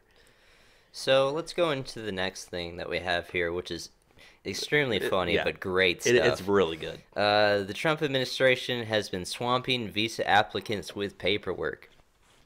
The H-1B visa allows American companies to hire skilled foreign workers from engineers and models is under siege. Last year, Trump's Buy American and Hire American executive orders suggested that H-1Bs should be more difficult to get. Congress and the Trump administration has been mulling ways to limit the visa's availability to Indian workers, but obtaining an H-1B visa has already quietly become more cumbersome since Donald Trump became president, not through any change in the law, but through bureaucracy. One indicator of this spike in requests for evidence notices the U.S. Citizens and Immigration Services Department sends to H-1B applicants requesting more information. Such requests, known as RFEs, are a routine part of the visa process. Their purpose is to ensure that the agency only grants visas to people who meet the criteria. But lawyers who represent H-1B applicants say they are now getting unwarranted requests and in bigger numbers than in the past. From January to November, the office issued around 40% more RFEs than they did in 2016 and 65% more than they did in all of 2015, USCIS data shows. So this is exceptionally great. Yeah. And what this allows us to do is force these companies to hire Americans. What happens is they use these H-1B visas like candy, because under the Obama administration, they are rubber stamping this stuff. Every application's approved. It allows them to get applicants mainly from India just en masse to pay them less than they would pay an American. But what we're doing now, which has been happening for a long time, is one, we're requiring every single person that has an H-1B visa to apply. Mm-hmm. And, in the past, they would just accept these things, no matter what, pretty much. But now we're sending back a bunch of paperwork that says, why do you need to be here? Why are you paying these people less than American? We're sending all these requests, and when they send all the paperwork back, we're just sending more questions. And there's already been a lot of companies that said, it's not worth our time, we're not going to be able to get these people, we just need to hire Americans. And that's what we want to do in this country. Yeah. For once. And so, you can't really completely shut off the H-1B visa application process entirely, but you can do what you can, and that means bog them down with so much paperwork, it's just not worth it. And one problem that we've seen is, the H-1B visa requires you to state why you need to get these workers. But as I said, under the Obama administration, they just weren't asking. Now we're actually doing what we're supposed to be doing. And it's great stuff, and it's going to be good for the American worker. Yep. Let's go into the next thing as far as ICE details plans for courthouse arrests. Right. So a 2-page directive from ICE said it will enter courthouses only for specific targets such as convicted criminals, gang members, public safety threats, and immigrants who have been previously deported or ordered to leave. Family, friends, and witnesses won't be picked up for deportation, but ICE leaves a caveat for, quote, special circumstances. The courthouses include federal, state, and local ones. ICE said that they would avoid arrests in public areas of the courthouses, such as family meeting areas, if possible. However, courthouse arrests are up 40% from President Trump from President Obama. So essentially what they're saying is, you used to not really be able to get very many courthouse arrests of illegals, but no, we're stepping this up. if you're in courthouse, it's not a safe place anymore. We're going to arrest you if you're there. We'll try not to public. We'll try not to do it in front of your family, but we're going to do it. It's not a, it's not a safe place anymore. We'll arrest you right then and there to get you deported. So that's some good news. And the next story we have is also relating to ICE. Some ICE raids have begun across Northern California. They said this week ICE agents raided 77 businesses demanding to see proof of citizenship for workers. No arrests were made, but the businesses were given 3 days to comply with the order. Now, this was from a few days ago, so that 3-day time limit, I think, is already passed. And they said it's the largest localized sweep since President Trump took office. Now, if these companies are not able to comply with that order in 3 days, ICE is going to come back, they're going to start arresting people, which means either these companies are going to have to admit that they're hiring illegals if they are hiring illegals, which I doubt they want to do. Which is a crime. Or not send in the paperwork, which, is going to cause ICE to come back and be like, you didn't do it. What's going on here? So essentially, it's a win-win for our side. Either these people admit that they're hiring illegals and they get in trouble, or they don't, and then we go in and then we arrest these people. So either way, they arrest them. Or the third option is these people realize, uh-oh, we're about to get in trouble. You need to not work here anymore. Which opens up a job position for a possible American to do it, and it takes a job away from an illegal immigrant, which is always a good thing. And requiring you to increase wages to get American workers to actually work these jobs instead of underpaying illegal aliens. Right. So if you notice, they said no arrests are made. You don't have to actually arrest a lot of people. What they're doing is they are scaring the business owners, which is well worth it. And making them have to enforce themselves. And, as California has already become a sanctuary state, they said, oh, you're not allowed to do all these things. Guess what? There's a thing in the Constitution called the Supremacy Clause. The federal government is the one that gets to set immigration law. And as director of ICE said, Thomas Homan, we're just coming after you. We're just going to up our raids in California.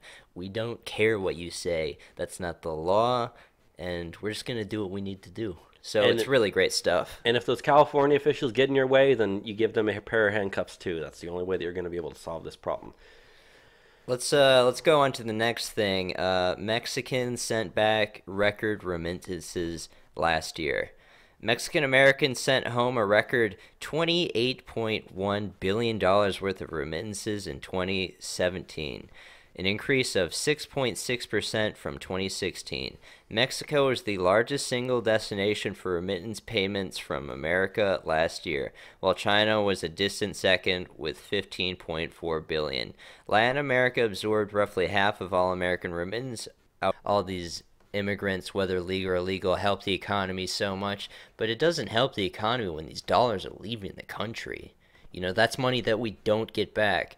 And, one of the things the Trump administration proposed to pay for the wall early on in the administration is we're either going to just withhold you to be able to give these remittances, or we're just going to put a tax on these things, and that's how you make Mexico pay for the wall, because they're the biggest recipients of these remittances, and just like a 2%, 3%, 4% tax on it, in a couple of years, you can pay for a significant portion of the wall. Yeah, I actually did the math earlier.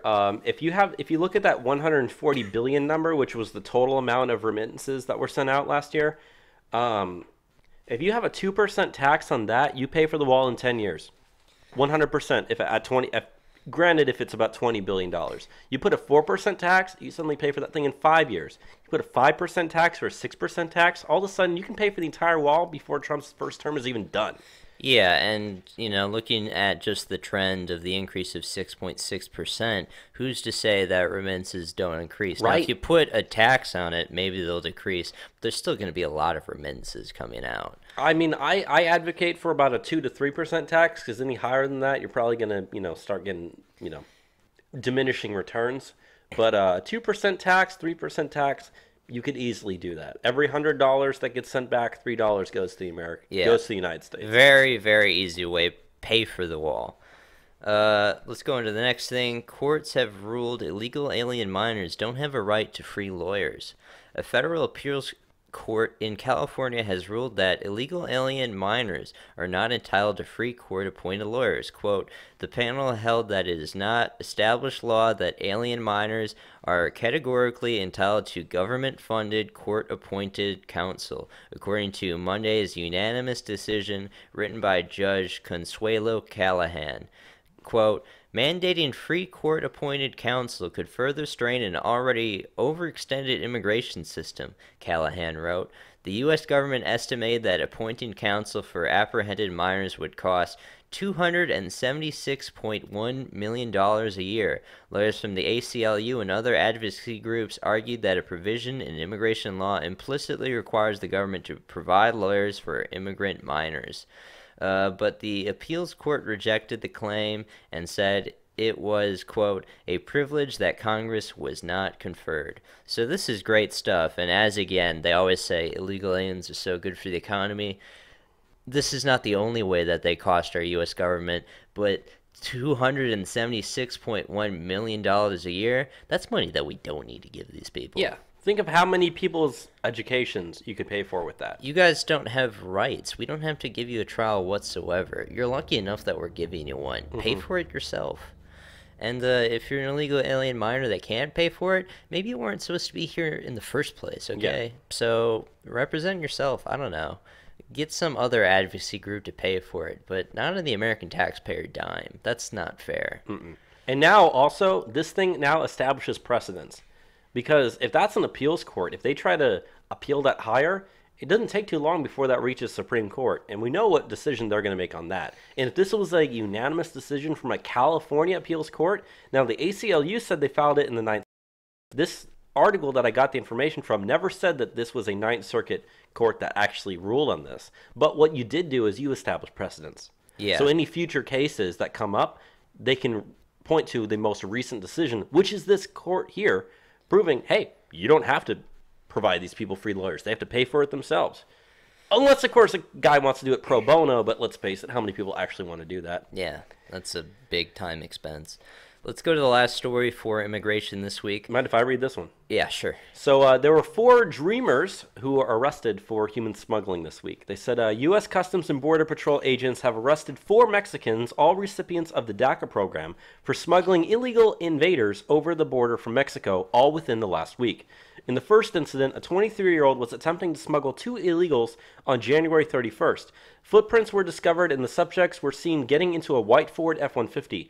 The vehicle was intercepted and the driver, a DACA recipient from Mexico, was arrested, along with the 4 people he was trying to smuggle.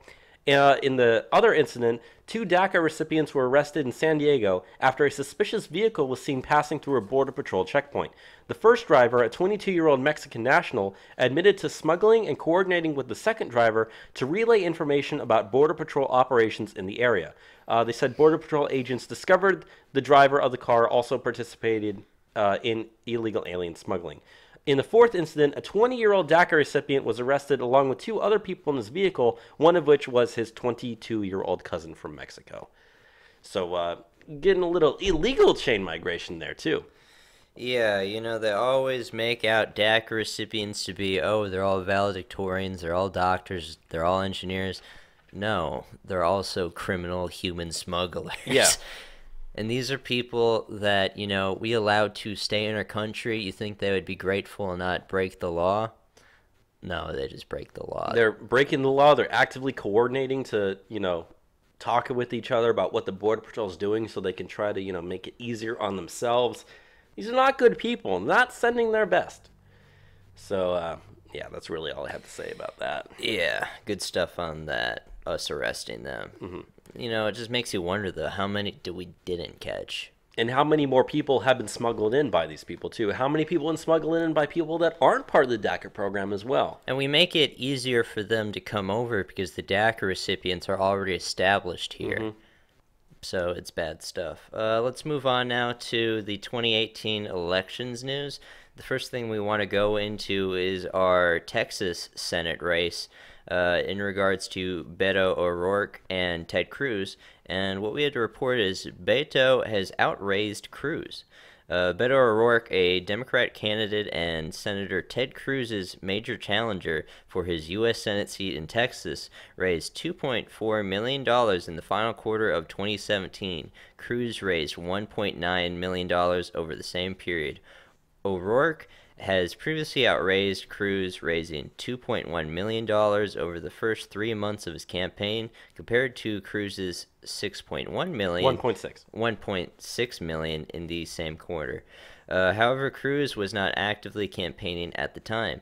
In the following quarter, once Cruz began campaigning, he raised $2 million over O'Rourke's $1.7 million. Ted Cruz raised a total of $7.1 million in 2017 and had $7.3 million cash on hand. O'Rourke's campaign reported in September they only had $2.9 million cash on hand. So essentially what we're saying is, in the last quarter, the Democrat did raise money, more money than the Republican. However, the Republican still has more money cash on hand this entire time to begin with. The reason why this doesn't necessarily concern me very much is because, let's face it, does Ted Cruz really need to raise that much money for his campaign? He's not having to face anybody in the Republican primary that actually stands a chance. Beto O'Rourke has a few people he's running against, which, granted, I know Beto O'Rourke's going to be the one who ends up winning that primary, but he still has to actively have a primary. Yeah. And so, granted, we say, money. he's raised more money than Ted Cruz has. This is still the primary. This isn't the general election. Fundraising goes way up once you actually start moving into general election mode and you get past the primaries. So again, this doesn't really concern me. Cruz doesn't really need to raise money to win the primary. He's focused on the actual general election. Beto O'Rourke, granted, he's focused more on the general, still has to fight in the primary, so it doesn't really bother me very much. If it was like 2 or 3 times as much money he was raising, that would concern me. But we're talking a difference of maybe only like, $500,000 or so. It's not going to take you very far. Yeah, so it gives the Democrats a false sense of hope because they're outperforming Cruz, which is great. It's funny, in the parking lot here, there's someone that has a Beto sticker. I know, and yeah, I know. Not that we're like huge Cruz fans. I mean, I hated him the most during the primary, but I mean, he's an all right senator, and we don't want him to lose. No, definitely not. I guess I'll do the next story. So yeah. Trey Gowdy is not seeking re-election. So Representative Trey Gowdy, Republican from South Carolina, who's also the chairman of the House Oversight Committee, announced on Wednesday his intentions to not seek re-election this November. Gowdy said he'll leave Congress and return to the justice system. He said he doesn't want to work in any defined federal government role, however. Gowdy represents South Carolina's 4th congressional district, whose CPVI is R+15. South Carolina holds its primary on June 12th. So I'm not going to read his entire statement that he posts on Twitter because it's kind of long, but essentially he's saying that he just wants to return to the justice system and do whatever he can there. That doesn't necessarily say that he's going to be a judge. Could mean he just might be a regular lawyer, but it's also possible that we might have something else in stall for him. I know he said he doesn't want to work in any defined federal government role, but, if you offered him the role of, say, Deputy FBI Director or Deputy Attorney General, he would make a good replacement. He would make a great replacement for these people that may or might not get fired or have to quit soon due to, what we talked about earlier with the memo. So I would love to see Trey Gowdy in one of those positions. I'm skeptical that he actually will end up in one of those positions simply because of the fact that he said he doesn't really want to work in that type of role. But you never know. He's been generally pretty good for us, so he would make a good replacement wherever you put him. Yeah. But the reason I added the information about the CPVI being R+15 is just you have to ask yourself, okay, are we at risk of losing this seat? The answer is no. Let's go into the next news, which is great news. Democrat lead on generic ballots down to only 2 points. A new Monmouth University poll taken before Trump's State of the Union address shows that 47% of voters would pick a generic Democrat compared to only 45% of voters who would pick a generic Republican. This is a massive decrease for Democrats, as last week their lead in the same poll was a whopping 15 points, leading the generic ballot 51-36. The poll also shows President Trump's approval rating has decreased from 32% to 42% over the last month. A Rasmussen poll taken after the State of the Union address now has Trump's approval at 49%. With the passage of tax reform, 55% of voters say Trump has achieved legislative success, compared to only 42% who said so in December. Last month, voters disapproved of the tax reform bill 47 to 26. They are now tied at 44%, as we mentioned earlier. Last month, 50% of voters believed taxes would rise, compared to only 36% of voters today, which we mentioned before as well. But yeah, this is extremely important, especially heading into the midterms. They've been leading on generic ballots for quite a while, which is good assessment of how the party will do in the midterms. Also, it's very important to note the approval rating for Trump, because that votes for Democrats in these two districts, but you still end up with one Democrat and one Republican, just the way that things are districted. And so, so if this was, that 15-point lead like we were talking about, that would concern me. But down to only 2 points, I mean, essentially that's a statistical tie. That's within margin of error. Yeah. And if we've learned anything recently about margin of error and polling when it comes to Trump and Republicans, probably safe to say take our side of it. Yeah. And, you got to keep in mind, as far as congressional districts go, Democrat areas are extremely concentrated. So as you said, it gives credence to their generic ballot, but their vote isn't effective when they're already voting in very safe Democrat districts. And as we've said many times before, at least I've said, if you gave the Democrats every single district Hillary Clinton won congressionally, and you gave them every district that Trump won within 5 points, that's still not enough to flip the House of Representatives. So really the idea that the Democrats are going to have a blue wave at this point already seems ridiculous, but hey, keep on believing it, because I can't wait for them to be disappointed.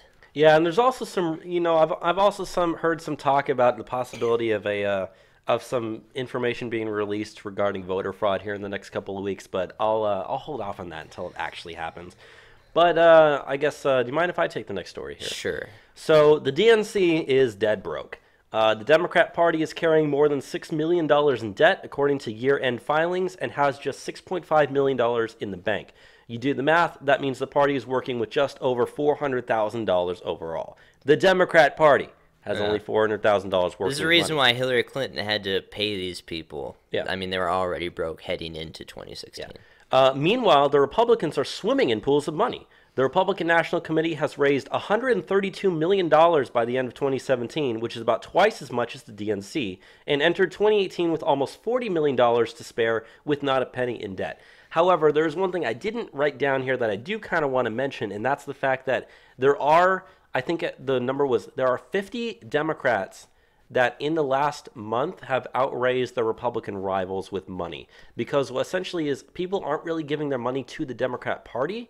Instead, they're funding individual candidates. Now, that's not necessarily a problem because of what I said about the whole Beto O'Rourke situation. A lot of these people are having to fight in tough primaries. So it might not matter if you raise so much money, because if you have to spend it all in the primary and then you go into the general election, which favors Republicans with that money, that doesn't bother me. As we've mentioned before, or at least I've mentioned before, for the Democratic Party, as far as primary competitors for Congress, and this is something that we compiled months ago when we did our overview for the midterms and primaries, so this number has likely gone up.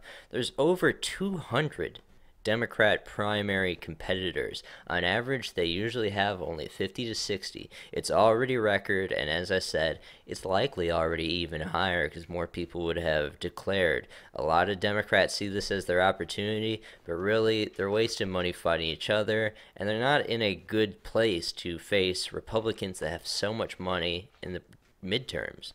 And one thing that we've talked about a lot is, concerning the Senate races.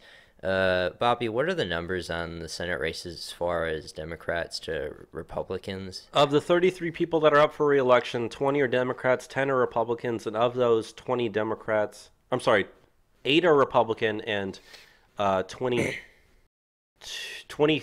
24, I think, are Yeah, it's 24. yeah, 24 Democrats, 8 are Republican, and then the other 2 are the independents. But of those 24 Democrats, 10 are from states that Trump won last year.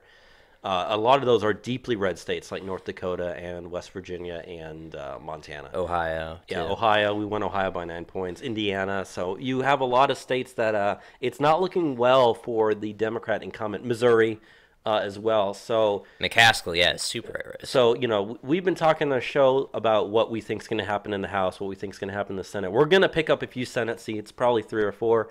We'll probably trade seats in the House. If anything, I'd say that the Republican net loss at the worst, I'm guessing, is going to be about maybe a dozen seats or so. I don't see us losing 30 or 40 or 50 seats. Historically, the administration in power heading into their first midterms loses on average 15 seats. Right. If we lose 14 seats, we lose our House majority. So it's hard to face precedent. But yeah, I still feel pretty optimistic about these midterms. And yeah, in terms of the Senate, those races cost a lot more than congressional races, and they don't have the money. And they're in a lot more competitive races than the Republicans. Where the Republicans are, racing, it's not nearly as competitive whatsoever. Yeah, and what's interesting is as I've been doing the research on the Texas primaries, and I just started in Illinois primaries because they're after Texas, there are plenty of Republican, like, R plus 20, R plus 30 districts that have like 2 or 3 Republicans running against, or I'm sorry, 2 or 3 Democrats running in the primary against the incumbent Republican, whereas in places that are like R plus 20, D plus 20, D plus 30, super Democrat districts, there just aren't Republicans running against them. Because they know I'm not going to be able to win in this district. Why waste the time? Why waste the effort? Why waste the money? So Republicans are, they're strategically doing better on this. So again, that kind of have to factor into the whole, like, where the Democrats are raising money and where they aren't. If you're a Democrat who's running in a primary and you're running in like a R plus 20 district, why are you even running? I hate to give advice to Democrats here, but I mean, really, you're not going to be able to win it. So, like, it doesn't matter if you raise a bunch of money. It's not going to help you in the midterms. Or, I mean, it might help you win your primary. But even then, like, really, what's the point? Yeah. So, I feel like this has been the theme today. Things are extremely looking up for us. And the Democrat, future is looking even more bleak as we're going along. And I feel great. Yeah, me too. So this week we have a more concise show. We don't have any bottom stack national news, and we don't have international news because we only had a couple, and they weren't so huge. I mean, the only thing that's really happening big in international news is serious stuff. There's some serious stuff, and I guess I'll just say the only international news was the fact that there was a court in Germany that stated that a mosque is not supposed to do their call to prayer in the city. But other than that, there's really nothing international. So yeah, I guess that means we can go to Current Year College Craziness. And we're going to close this week with Current Year College Craziness. And we have a lot of stories here, actually. So we'll probably finish the show just a bit past 2 hours. But yeah, we'll be better on time this week than ever. We'll start with New York University. NYU students called the State of the Union speech racist before it ever happened. Campus Reform took to the New York University campus to ask students what they thought about Trump's address, even though the State of the Union was 7 days out from the time the video was shot. As you might suspect, the millennials complained about the speech that did not happen, branding it as racist. Quote, quite racist, at the very least, if not up there with most racist, said one female NYU student. Quote, very offensive, said another female student, describing Trump's non-existent State of the Union remarks on immigration. Quote, it's something that I wouldn't have expected to happen in, like, our lifetime. Another quote, it's offensive, said another young lady, but I'm not shocked by it. The same student who asked what? No, I'm sorry.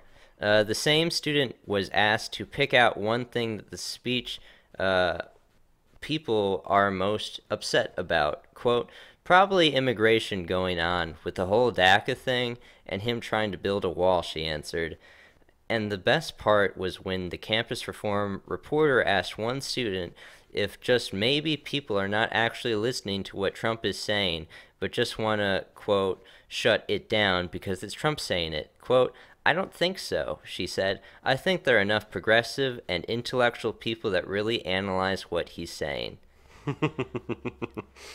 And it's the irony. These people feel always so justified, and like there's so much cognitive dissonance for them with Trump.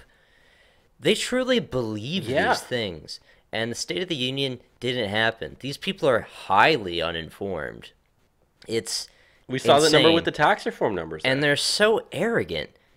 There are enough progressives and intellectual people.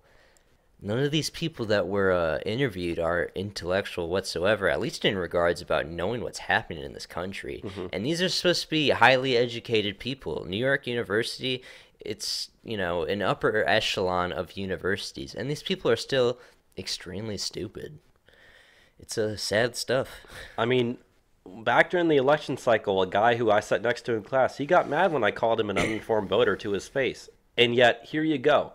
Every single one of these people that was interviewed, they're uninformed voters. And unfortunately, they vote, which makes this, it means we really need to do something about who we let vote in this country. I've been saying that for a very long time. But really, that's like 3 or 4 people that they interviewed there. How many votes do we have? And we didn't even take all the quotes from the video. No. We only wrote down a couple. Yeah.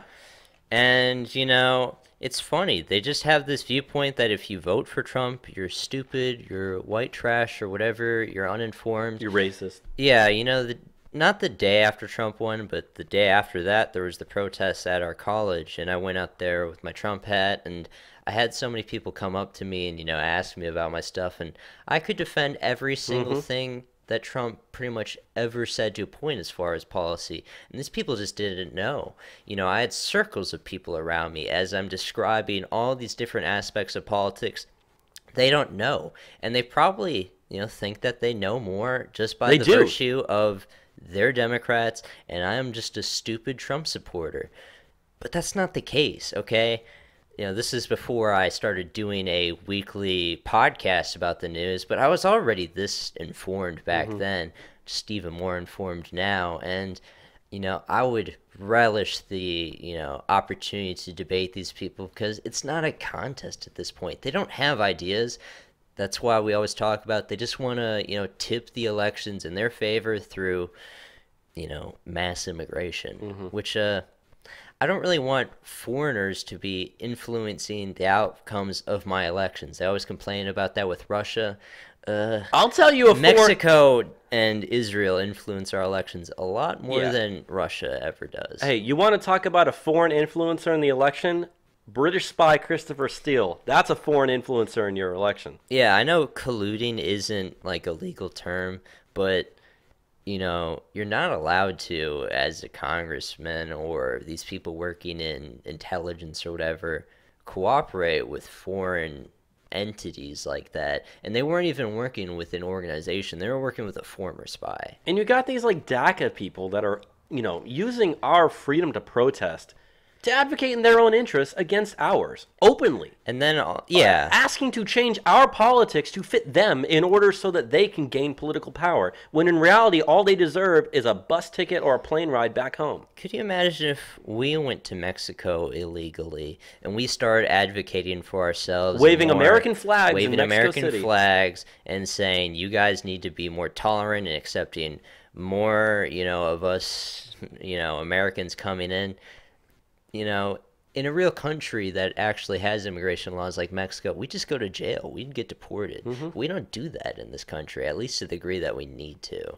So, the whole argument of like foreign influence in your elections, it's a lot more Mexico than Russia. And we're not even taking into factor illegal aliens voting in our elections. Which does happen. Or, the census where they get congressional districts because we just do the census on who's here and not doing it on the basis of who's an American citizen. So thank God that, the Trump administration is thinking about requiring a citizenship checkbox on the 2020 census, which if that happens and you only, count for people that are legal citizens, which you should, that suddenly swings the balance of power. I mean, I talked about this in the show a couple weeks ago when that first came up. I did the math. You do that, California loses a congressional seat. Yeah. Texas gains one actually, even though we have roughly the same number of illegals that live here that live in California. Around the same number at least by percentage of the state's population. That's the same, and yet just the way that the math works out, we actually gain a seat. I think Florida loses a seat too. I know New York loses a seat, and I think what was it? I want to say Rhode Island lost a seat, and I think it was maybe Arkansas or Kansas gained a seat or something like that. But Yeah. I mean, I could publish that information, that Excel spreadsheet that I made, but yeah, it's important. Yeah. Let's go on to the next story, and this is out of the College of Worcester, which it's in southwest. We skipped one. Oh. I'll just do it. So actually, this next story we have is actually a professor that used an American flag as a doormat at an art display. Okay. So a professor at Broward College in Florida took out an American flag, cut it in half, painted it white, and used it as a doormat for an art display. The professor has been identified as Assistant Professor of Art Lisa Rockford. The event was the 2018 full-time faculty exhibition, which features paintings, drawings, printmaking, photography, ceramics, sculptures, and multimedia installations. As a student and U.S. Marine Corps veteran, Jess Karcher wrote on Facebook, quote, "I'm not sure what the message is they're trying to give, but there was a camera taking pictures of people unknowingly stepping on it." Karcher wrote in a letter to the Broward College president, he said, quote, I am sorry to have to write this letter to you, but I'm a student at Broward College, and I am a disabled Marine Corps veteran. People are stepping on the flag as they enter, most of whom don't realize it's an American flag. The artist had a camera set up taking pictures of people stepping on it as part of her artwork. I find this extremely disrespectful and a kick in the gut as a veteran. I have lost many friends whose caskets are draped with that same flag. Yeah. Personally, I'm not an extremely rah-rah wave American flags guy, but this just seems disgusting and shitty to me. Mm-hmm. And what's up with these people, these professors in these colleges? They're crazy. They hate our country. And these are the people that are influencing the next generation. Those are the people that are influencing your elections. These are the people that are teaching these uninformed people that, call the State of the Union racist before it even happens. It's crazy stuff. Yeah. Now we can get to the story that you were going to Yeah, I apologize for jumping the gun there. No, it's all good, dude. So, yeah, students take over building, issue 23 demands. A group of about 350 students at the College of Worcester staged a sit-in on Wednesday, taking over Worcester's Gallopin Hall. The College of Worcester is located in Worcester, Ohio, southwest of Cleveland. The students issued a list of 23 demands, including the expulsion of right-wing students and a system for reporting, quote, bigoted statements and actions made by other students. Quote, as a result of administration continuously dismissing students' concerns, we, the student leaders of the College of Worcester, has united in order to create a set of demands that represent each of our respective group interests. Except right-wing students, I added that there. Mm-hmm. The demands included expulsion of a student who with allegedly racist views, mandatory, quote, consent and bystander intervention training for new students in order that the college's website, quote, must immediately become language-friendly in every possible language, and numerous other stipulations. Notably, the list demands that the college, quote, will not penalize, prosecute, or punish any student involved in the protest and the takeover of Gallopin Hall on January 24th, 2018. This is not the first time that we've seen college students take over, buildings. I mean, we saw it a lot last year. Evergreen College is the one that comes to mind most often. I mean, we haven't talked about that college in a very long time now, but, that was the most famous.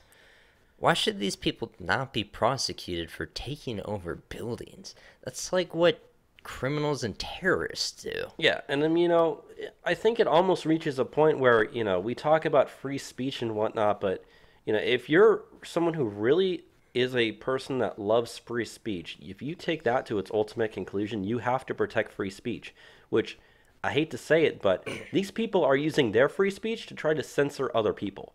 At some point, you cannot allow that to happen if you love free speech. I hate to say it, you have to censor anti-free speech people from using their free speech to promote anti-free speech values. Because otherwise, you're going to lose free speech. That's 350 people, okay? If they can convince enough people to get their faculty to actually do what they want to do, you've lost freedom at that college.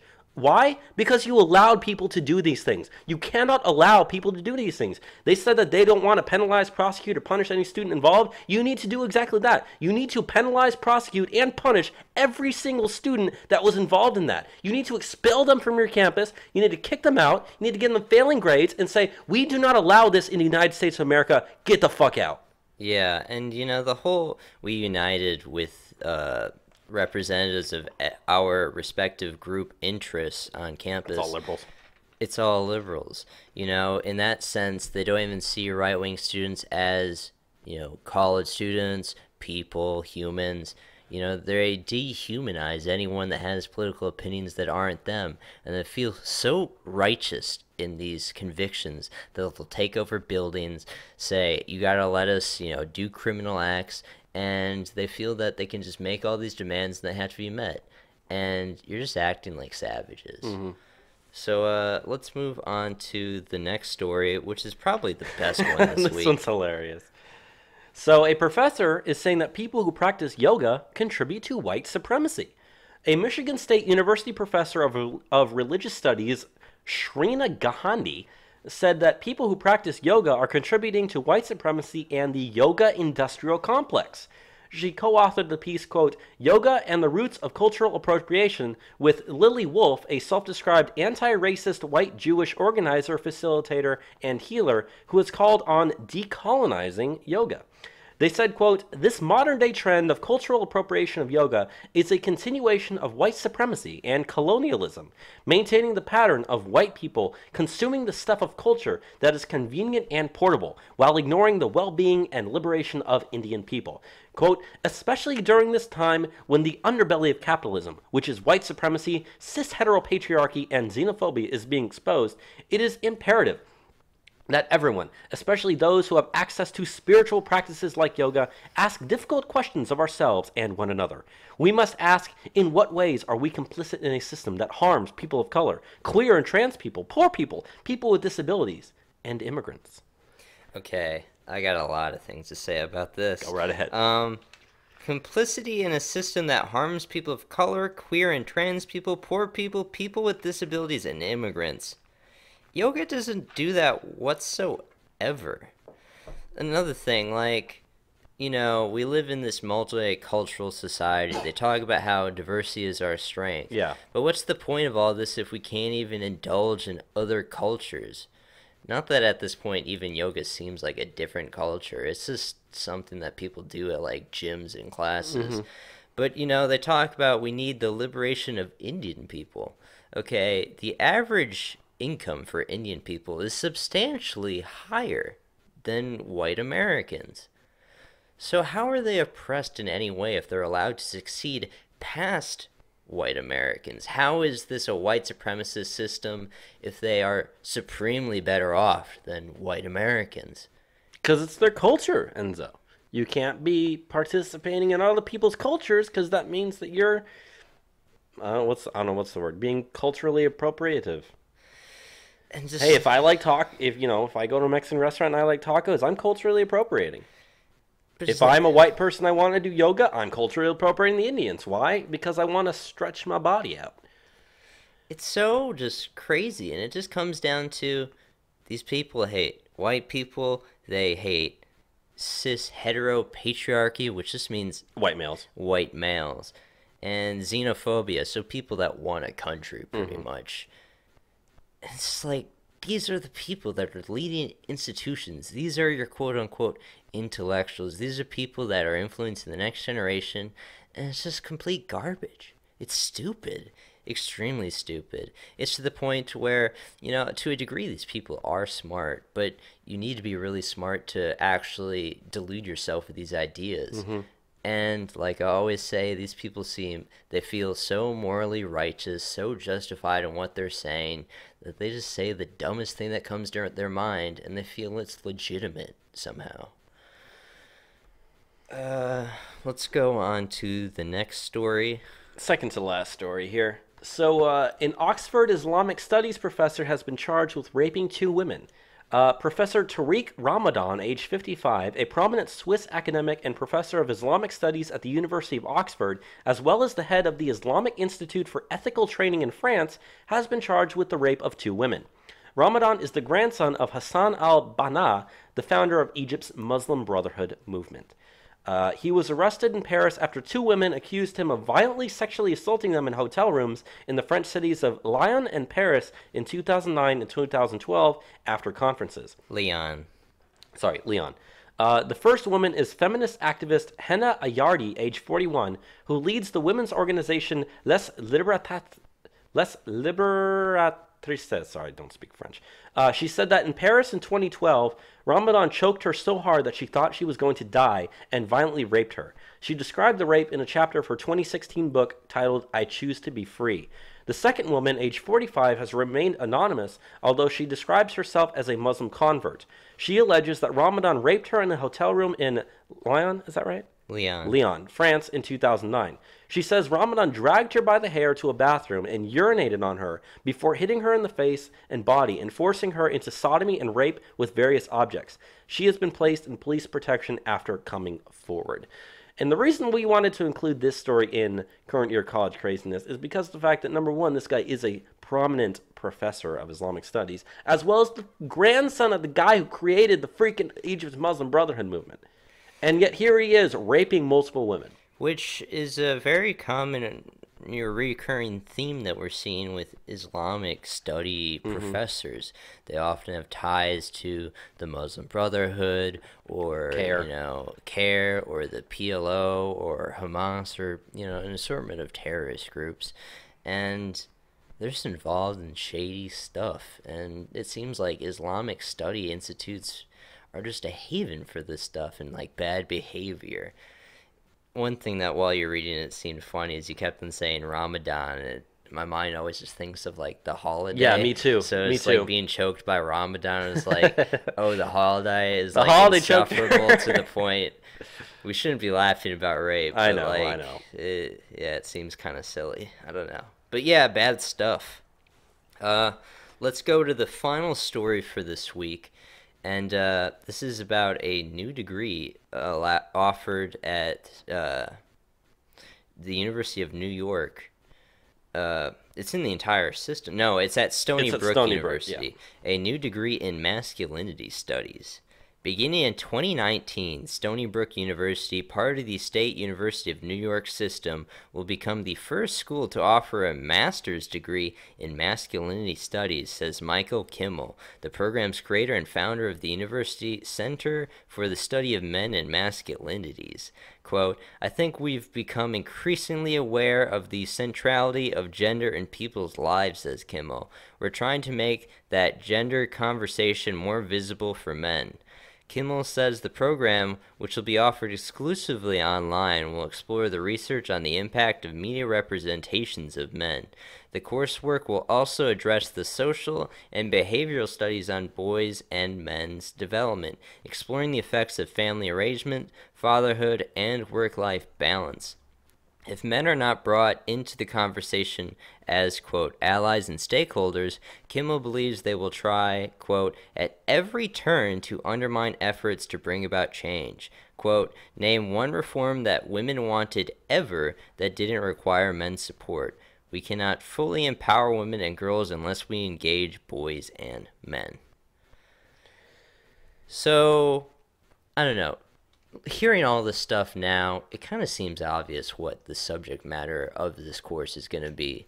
Men are bad, they promulgate cis-heteropatriarchy, masculinity is toxic, you all need to be feminists, you need to grovel at the feet of all these blue-haired feminists that, are vastly more moral and intellectual than you, and you need to dedicate your life for the promotion and empowerment of women and girls, otherwise you're just a person. And it's just ridiculous. And, I love how they almost try to frame it as if it's like some really good thing, saying like, oh, we need to, make sure that men's voices are heard in this gender argument. Yet, you know exactly what they're doing, like you said. It's going to be more listening as Yeah, it's more like, talking. It's not more like we want women to understand what men are going through in order to fully, bring equality among the sexes. We want to make sure that men know exactly where their place is and how they need to react to this sort of stuff. I once was in a feminist meeting many years ago. Yeah, funny enough, feminist meeting. And they have a concept in these meetings, at least the one I went to, called give space, take space, which is based on your privilege, to where people that have more power in society, at least to their own perspective, should give space for those that are less fortunate, oppressed, or whatever, which, to their viewpoint is always women are oppressed, always men are oppressors, even though, institutionally through colleges, females are way more overrepresented in terms of degrees. Women are way more overrepresentative, and then you can go through the myriad of ways men are disadvantaged. The vast majority of workplace deaths, having to work in different industries that are dangerous for them, being the majority casualties or victims or what have you of violence, because most of the initiators of domestic violence is women. The much higher suicide rate amongst men. Just, you can go into so many different ways that men are victims. But not getting kids in divorces. Yeah. But I don't think this class is going to go into that whatsoever. Nope. Being a man who is healthy in his manhood, quote unquote toxic masculinity, the class is going to be out discouraging that. Mm-hmm. So, that's our final story for the week. As we said, try to keep it a little shorter this week. Anything else you want to say about it before we head out? Again, kind of like what I said earlier, this Wednesday I will be doing the Texas primaries, so be looking forward to getting that. You'll be doing your thing up in North Texas, so for the next, however many amount of I'll weeks. be there at least the next month. I might work on some other campaigns after that. Yeah, so, we'll probably... we've been doing this live in the studio here, so we won't be able to live stream the episodes for probably at least the next month, maybe a little bit longer. We're still going to do them. We're not going to stop. It's possible that we may or may not have an episode where I might be going up there to do it with you, but we haven't really discussed that at all. At least probably the 1 year anniversary, because we are on the 47th episode, and we're close to 51. Yeah, Hard to believe we've almost done this for a year. The improvements and the increase in download and listeners, great stuff. Yeah, so thank you for helping out so much, listeners, with that. Yeah, so we're getting close to that. So at least for sure, at least one of these episodes, we'll do it in person, at least for, the 1 year anniversary episode. We'll see where things go from there. But other than that, we did do this episode a little bit earlier than normal since today's Super Bowl Sunday. And I know that we try to, we talked a lot about like the NFL protests and stuff and the boycott. But you know what? When it comes down to it, I'm still a sports fan. I'm going to watch the game. So we just wanted to make sure that we did this early so we had plenty of time for anything. Because we both have to drive places later this afternoon anyway. So other than that, I don't really have too much more to say. Yeah, I don't have anything else to say. So, in closing, thank you for listening to another episode of Trump Public Radio, and have a good one. Goodbye, everybody. Bye. You know what I realized? What's that? I didn't do my normal introduction for Current Year College Craziness. No, you didn't. Which doesn't really matter, but...